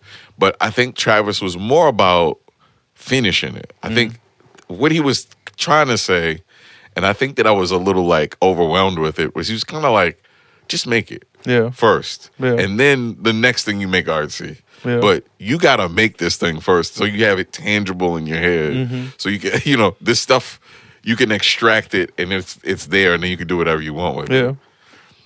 And that was hard for me. Like, that was hard for me at first. But once we finished it, I was like, oh, shit, like, I see what he's saying. Like, just to get it done, you know, the way that we got it done just felt special. Yeah. And everybody involved was cool. And the other lead, she's just a beautiful person. Physically beautiful, just a real soft voice. It smells incredible. It's like all that. She just had this like, and it's disarming too. Like I thought that was really cool about her. Like she's one of those people who's gorgeous, but the more you look at her, it's like the more you see stuff about her. You're like, oh, her eyes are really pretty. Oh shit, like she carries herself really well. Oh, she's really smart. Oh, she's really articulate. Oh, she has a grasp of like there's something that happens in an exchange where somebody understands that like your words are just as important as her words, and the combination of the two will make it even better. Yeah. And there's something about that just made it really feel good. Yeah, and so submitting it, I'd say one of the hardest parts about it is post-production and trying to get it straightened out. Because, like, you know, Travis must have thought I was fucking going crazy because I had all these ideas. And it wasn't anything against him. I was just, like, trying to figure out how simple I wanted it or how complicated I wanted it. And that was independent of me. And I didn't want to keep throwing things at him, but I needed to hear him say no or hear him say that wasn't a good idea because I thought it was a bad idea and I needed to hear him to hear it. But there was still things in my head that were still nagging. I'm like, do we need more music? Do we need more something? Do we need more, you know, this colors, the color's too muted, you know, are we concentrating too much on, you know, him and not her? You know, it was all that stuff. And, you know, it came together, but I must have been a pain to him in the moment because this is my first time doing it. Yeah.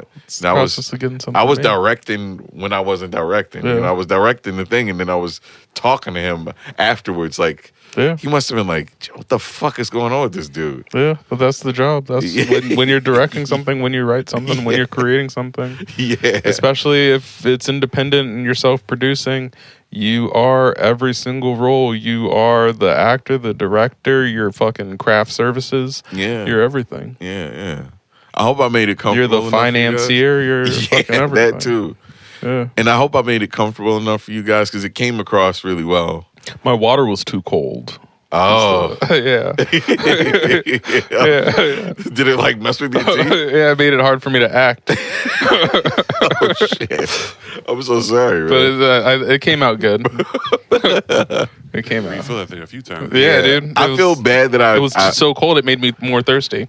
I feel bad that I misspelled your name. I hope you didn't think like I took offense. You took I tried to show my grandma. She's like, "Who the fuck is Lee Land?" Hey, who the hell is Lee Land? I was like, "I'm sorry, Graham." She's like, "No, get out of my house." Yeah, she's like, "Who is this? Are you a clone? Is that what it is?" Yeah. You didn't even spell your name right. Yeah, so it was that was my fault. And then what was worse is like I would spell it the right way, give it to production. And then the second version wouldn't be so they'd right. be like, "No, we know, we know what you said, but we know better." I think I know how this guy's name is spelled, just phonetically. No, that can't be right. Yeah. So you know, I feel real bad about that, but I hope you know that you were so important to the process. I enjoyed working with you, and I have this, you know, a couple more ideas for shorts, and you know, I want you guys, both of you, to be in some more of my stuff. Word. You know? Man. The submission process is heartbreaking, to be honest with you, because it's so much money. You have to spend so much money. It's a lot of money. And it's less money than it used to be. So, like, my understanding is before there was like the Film Freeway website.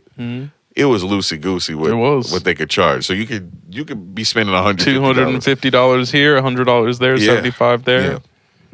And Film Freeway kind of gave people the freedom to be like, hey, we should create a standard price. Like nothing could be any more than like $100, and we should probably be charging around like 30, 40. Yeah. But 30, 40 for hundreds of adds up, man. Yeah, there's so many festivals. Yeah. And the rejection letters hurt so fucking bad. You know, that's one thing that I had to learn. I'm like, this is special to me.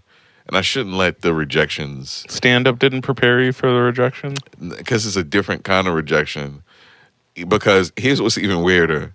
You'll say... Because there's metrics now. You can send a link to somebody and tell how long they've been watching it. There would be... I would send somebody something and you'd see... It'd be like Cannes Film Festival. It'd be like... 30 seconds. Stop. They only watched 30 seconds. Yeah. And that was just the beginning of it. It's just you coming in and like they didn't even give it a chance. Hated it. It's like you didn't even give it a chance. Trying to say I ruined them. No. No, it's just they don't watch them. They literally press play to do it. I mean they just don't give it a chance. Yeah. You know, so like it was a lot of that. It was just like nope. I'm like, you got to watch the whole thing, right. and I'm hoping that at some point they create a standard, because it's the same thing with the Oscars. They're finding out that people aren't watching movies. Yeah, they found that out that like people are literally just pressing play and pressing stop, and they're like, oh, that counts as watching it, and they have their biases for other things that they may have wanted to put in there. So, that rejection it hurt for a while. And I wasn't, to the point where I wasn't even thinking about the wins. I was like, why the fuck? My $30. Yeah. Then you see somebody's like bootleg Tubi shit that they got into. It's like, yeah, baby, I'm on crack and I like to have sex in alleys, and that wins because it's like the most negative, and it's getting ad sales. It's like, lowest common denominator of short, and it's like that's it. That's what people want. They want black. Baby, I'm on crack. Yeah, black pain, man. That's what they wanted, and I was trying to provide something different. Yeah. What's next? More scripts, more stand-up. I started doing stand-up more again. I taking a little bit of break with my kid. I have a 3-year-old who is the love of my life. So funny. So the other day it was like I was cooking. I started cooking steaks in the house. Fucking crazy. I thought I'd never be doing that. And the steak was like popping grease all over the place. And I was like, hey, her name's Zuri. I'm like, hey, Zuri, can you back up? I don't want anything to pop on you. Back up. I don't want you to get hurt. She folds her arms and walks away. And she's like, Dad, can I talk to you? And she's like, beckons me to come down to her level. And she said, you embarrass me when you brush me off like that. I was like, what? She's like, yeah, you embarrassed me. Like, you made me uncomfortable. Like, you didn't have to do that. And I was like, I'm sorry. She's like, that's fine, but don't embarrass me anymore, okay? And if you ever do it again. I'm going to have to pop you in the mouth. Yeah. But it's like, she's 3, bro. She's 3, and she has that emotional awareness to warn me about it, to like let me know that it hurt her feelings. Yeah. You know, it's just that's the beginning of this dynamic that we've created. Fatherhood has like really changed everything for me. Yeah. Like added a layer of crazy. Cause people say this shit and it sounds so fucking stupid. You think your life's important, and then that happens, and then it really shifts everything. Cause the world you know is the world you know, and then nothing seems important after that. You're like, this coffee doesn't matter anymore. Talking to my daughter is the most important thing. And co-parenting is the thing. It's like all that stuff, like just going through the world with 2 parents who have very different upbringings. Yeah. is quite a task. Yeah. Man. So, you know, but it recontextualizes art. Mm-hmm. You know, like it makes it more important. It makes you want to do more things. It makes you, you know, I got lots of stories to tell my daughter. Like I did stand up and going to make films. Mm-hmm. Yeah. Speak a little towards you basically, I would say you had like a pandemic baby, Yeah. and you're going through this pandemic, and you have a newborn, and you also are dealing with your autoimmune deficiencies. How Yeah. is that as a new parent? Having doctor's appointments through the phone are some of the weirdest things in the world. So I still had to go into the doctors for infusions for my Crohn's. So, you know, every time I went in, I had more COVID tests than probably more people than most humans. So like I had to get a COVID test every time that I went in.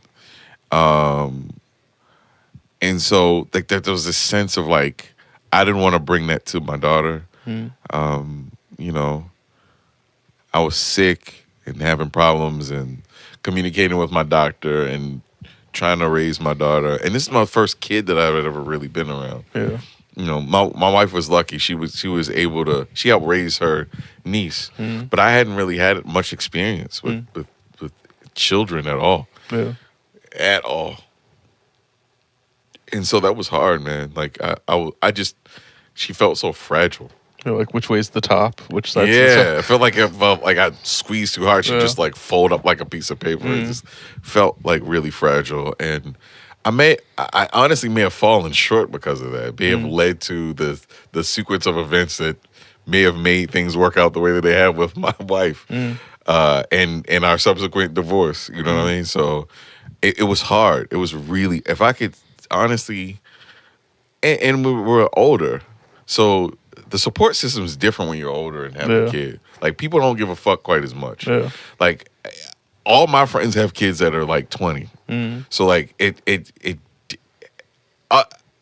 the advice is terrible too. So like it's all based on them being broke. Yeah. And living a very specific way when they were younger. Yeah. You know, so like all the advice was like, Did you get ramen noodles? yeah, it was like 20 advice for 20-year-olds. Yeah. It's like you got to save your money up, and you know Pampers are. I'm like, we got Pampers. I think we good on that. You know, it's like what else? So you know that was a hard part of it. Like the guidance in that way was a little limited. Like people really don't have quite as much useful things to say to. And I bought a house, so like I took my money. I started a business. Here's the thing. I started a business during lockdown selling T-shirts that gave me enough money to put a down payment on a house. So, you know, I was hustling.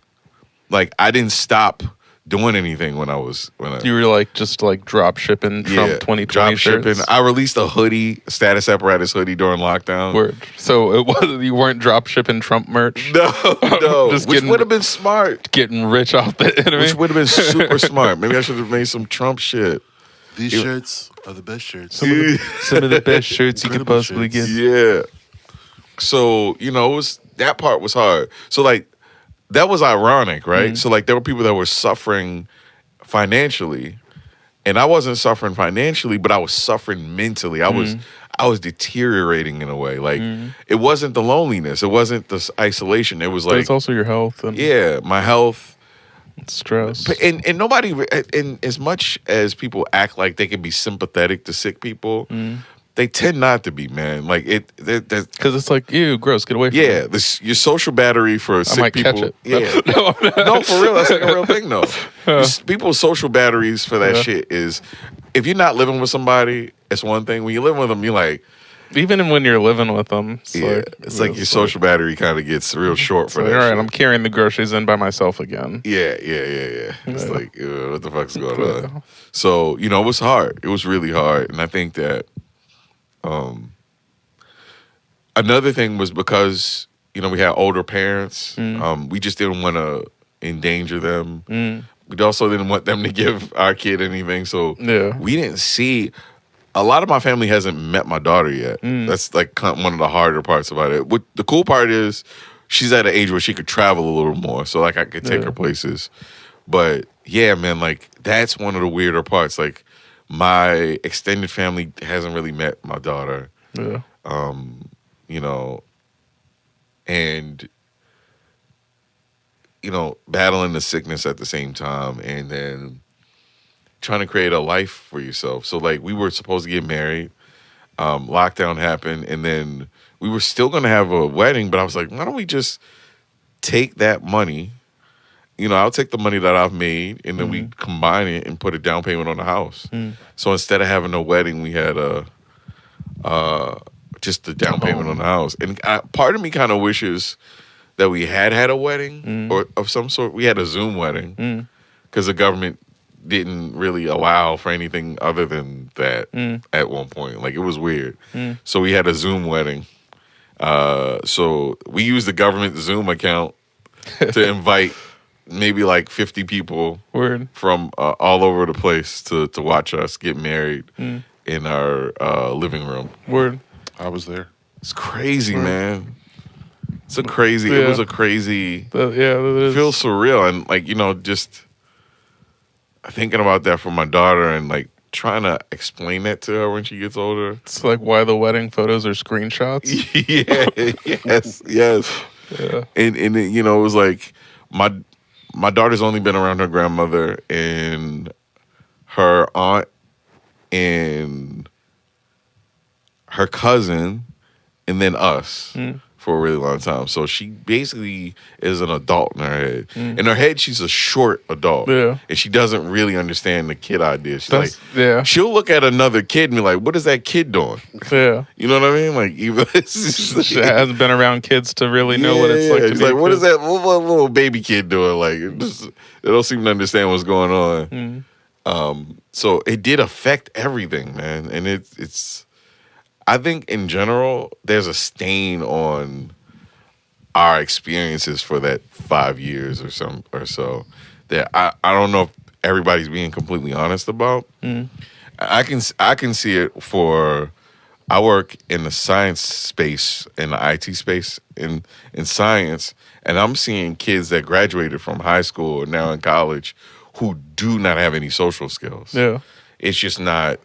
It's phone stuff for them. Like you ask them a question, they're not making eye contact with you. It's very strange. And I remember feeling like, man, this is what's happening because of it. It's affected, a bunch of people socially. Yeah. It's like, listen, buddy, I watched all the porn in the world too. I can still look you in the eyes. Yeah. Like, I mean, because you existed in a world where that was like a requirement at one point. So, yeah. I feel like I still have my battles with it. Oh, same. There was a time where I wasn't going out the house, being very social and active. And then like stand up kind of changed that for me. Yeah. And then like pandemic kind of put a reset on that. Yeah. Put me back in the house for a little bit. Yeah. Still trying to work my way back outside. It made me feel strange how little I didn't want to deal with people. Like I'm a social person. I thought I was. And then the pandemic happened. I was like, I don't ever have to see anybody again. Yeah. And I was like, damn, I didn't realize. I kind of want to do it again. Bro, you let's put it out there. Let's create something. Oh, part 2? No. It could be less deadly. Just a good reason to stay indoors. Yeah, just watching those, like, my friend was like in New Jersey and showing me those like trucks full of bodies was fucking terrific. It was rough. Yeah. This is create giant mosquitoes or something. I keep like Jurassic Park. Something. Like the last Jurassic Park with those big. You just had to stay in the house or they'll sting us. Yeah. I could, no problem. I don't know. No problem. Closing thoughts. I'm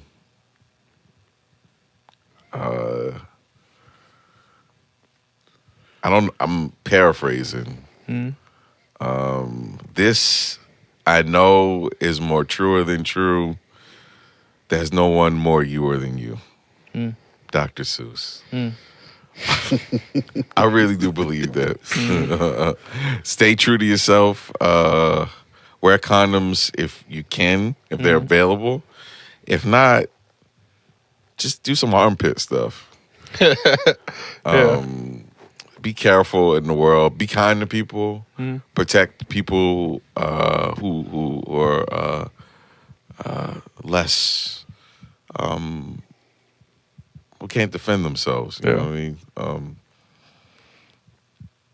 Have as many experiences as you can. Be uncomfortable. You know, just that's what I've been trying to do. And therapy every once in a while, man. You need to recalibrate. Yeah. Yeah. Word. Valance? Pretty much the same thing he said. Is there anything you want to say to your cousin on camera that you want recorded forever? Nope, he knows it already. I love him to death. Yeah, man. We're 2 years apart. Yeah, it's good to see you guys both in the same place at the same time. Yeah, man. It's like I feel like this hasn't happened in at least like 2 years. Yeah, man. You know, it's been my road dog since day one. Yeah. He knows I always got him. I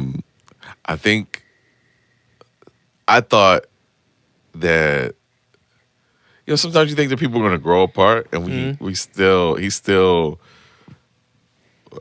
throw ideas at each other. It's like, what do you think about this girl? What do you think about this? The fucking news is crazy. We talk about all kinds of stuff. It's like it has not slowed up. Word. It's interesting. I might have to kill somebody. I probably shouldn't say this on the podcast. Yeah. But I have to protect my own. Right. You know what I mean? Yeah. And the first person I call, you know what I'm saying, is this guy. Yeah. He's been like my moral compass throughout my life. Keeping me from going too far off the deep end. Same for him. He helps me sometimes. Like, I'm going through a pretty big life change, man. Like, I'm like moving back to my childhood home. I'm like getting back to me.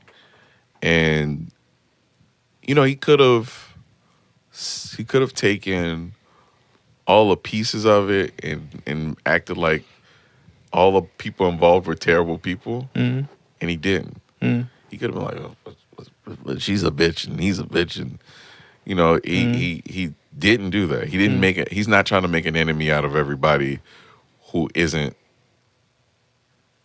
in the best interest right now. Isn't in my best. Isn't really treating me particularly well right now. But that's for a reason. It's like, I'll figure all that stuff out, and he doesn't have to put any extra salt on it to make me feel good. But if he feels a feeling, he'll tell me. He knows that. Like, I'll say the same thing to him. If I try not to really insult any of the components of his life unless it gets too crazy, and I'm like, that person's a bitch. You gotta, So I've believe it or not, that's one of the better things about my cousin as we've gotten older is he really has discernment about that kind of stuff. He really does understand that, like, some of it is just like, we just cooking, we just talking. And then once the feelings go down and shit, then we can figure out how it's going to work. But he gonna let me say that stupid, if she gets hit by a car, if that motherfucker dies tomorrow, it's like all that stuff your brain is thinking that you don't really mean. You need to get that out. And I let him get that out when we were talking about the thing, like, because I feel the same way he feels. We're I'll say this. He and I are going through something right now that is challenging, real challenging. Like, but I wouldn't want to go through it with anybody else. And he knows I'm here for him, and it's a bunch of weird shit. It's like, how I know that we're solid people. There's a piece that's trying to get disrupted. It's like people are trying to disrupt the peace. People who are outside of our family are trying to disrupt the peace in a weird way. Yeah. And I think it's our jobs, especially our generation, to counter that with love and protection and, the best way we can. Protect that piece. Yeah, and sometimes that looks a little different. Yeah. Like it used to feel a little different. Like I'd want to go out and punch somebody in the face. Sometimes you might have to let. I had to put a steak out and let the wolves get the steak, take care of it. I'll throw this in there.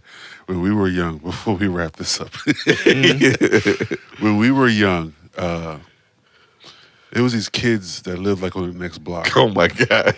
And we were in my mother's yard, and we just had this big ass rock, and there was like a field next to us in the street, and we just decided to hurl this fucking rock over this field, and it apparently hit one of the kids that was walking over the next street. So we knew some of these kids hung out with some bigger kids, some older kids, and they were some thug-ass kids, right? So we were like, we have to protect ourselves now because they wonder who the fuck threw this rock at them. Yeah. Man, we was in the house plotting on some like Home Alone 1, 2, and 3 type shit. Like we was putting like D batteries in socks. Swinging it around. Like we had like those little, like in the 90s, there was a button pin for everything. Yeah. We had these little button pins we were going to put in gloves and the point just stick it. We were going to punch somebody with them. We went outside with all these makeshift fucking weapons. Like we were going to protect our neighborhood, man. But yeah, man, we had each other back for a long time. Yeah. No matter how ridiculous that shit was. Fucking ridiculous, man. And it's not going to stop. It's not going to stop. Yo. Balance Michael. Ronald James. My name's Leland Clayton. Thanks for watching. Peace. Peace. That was fun, man.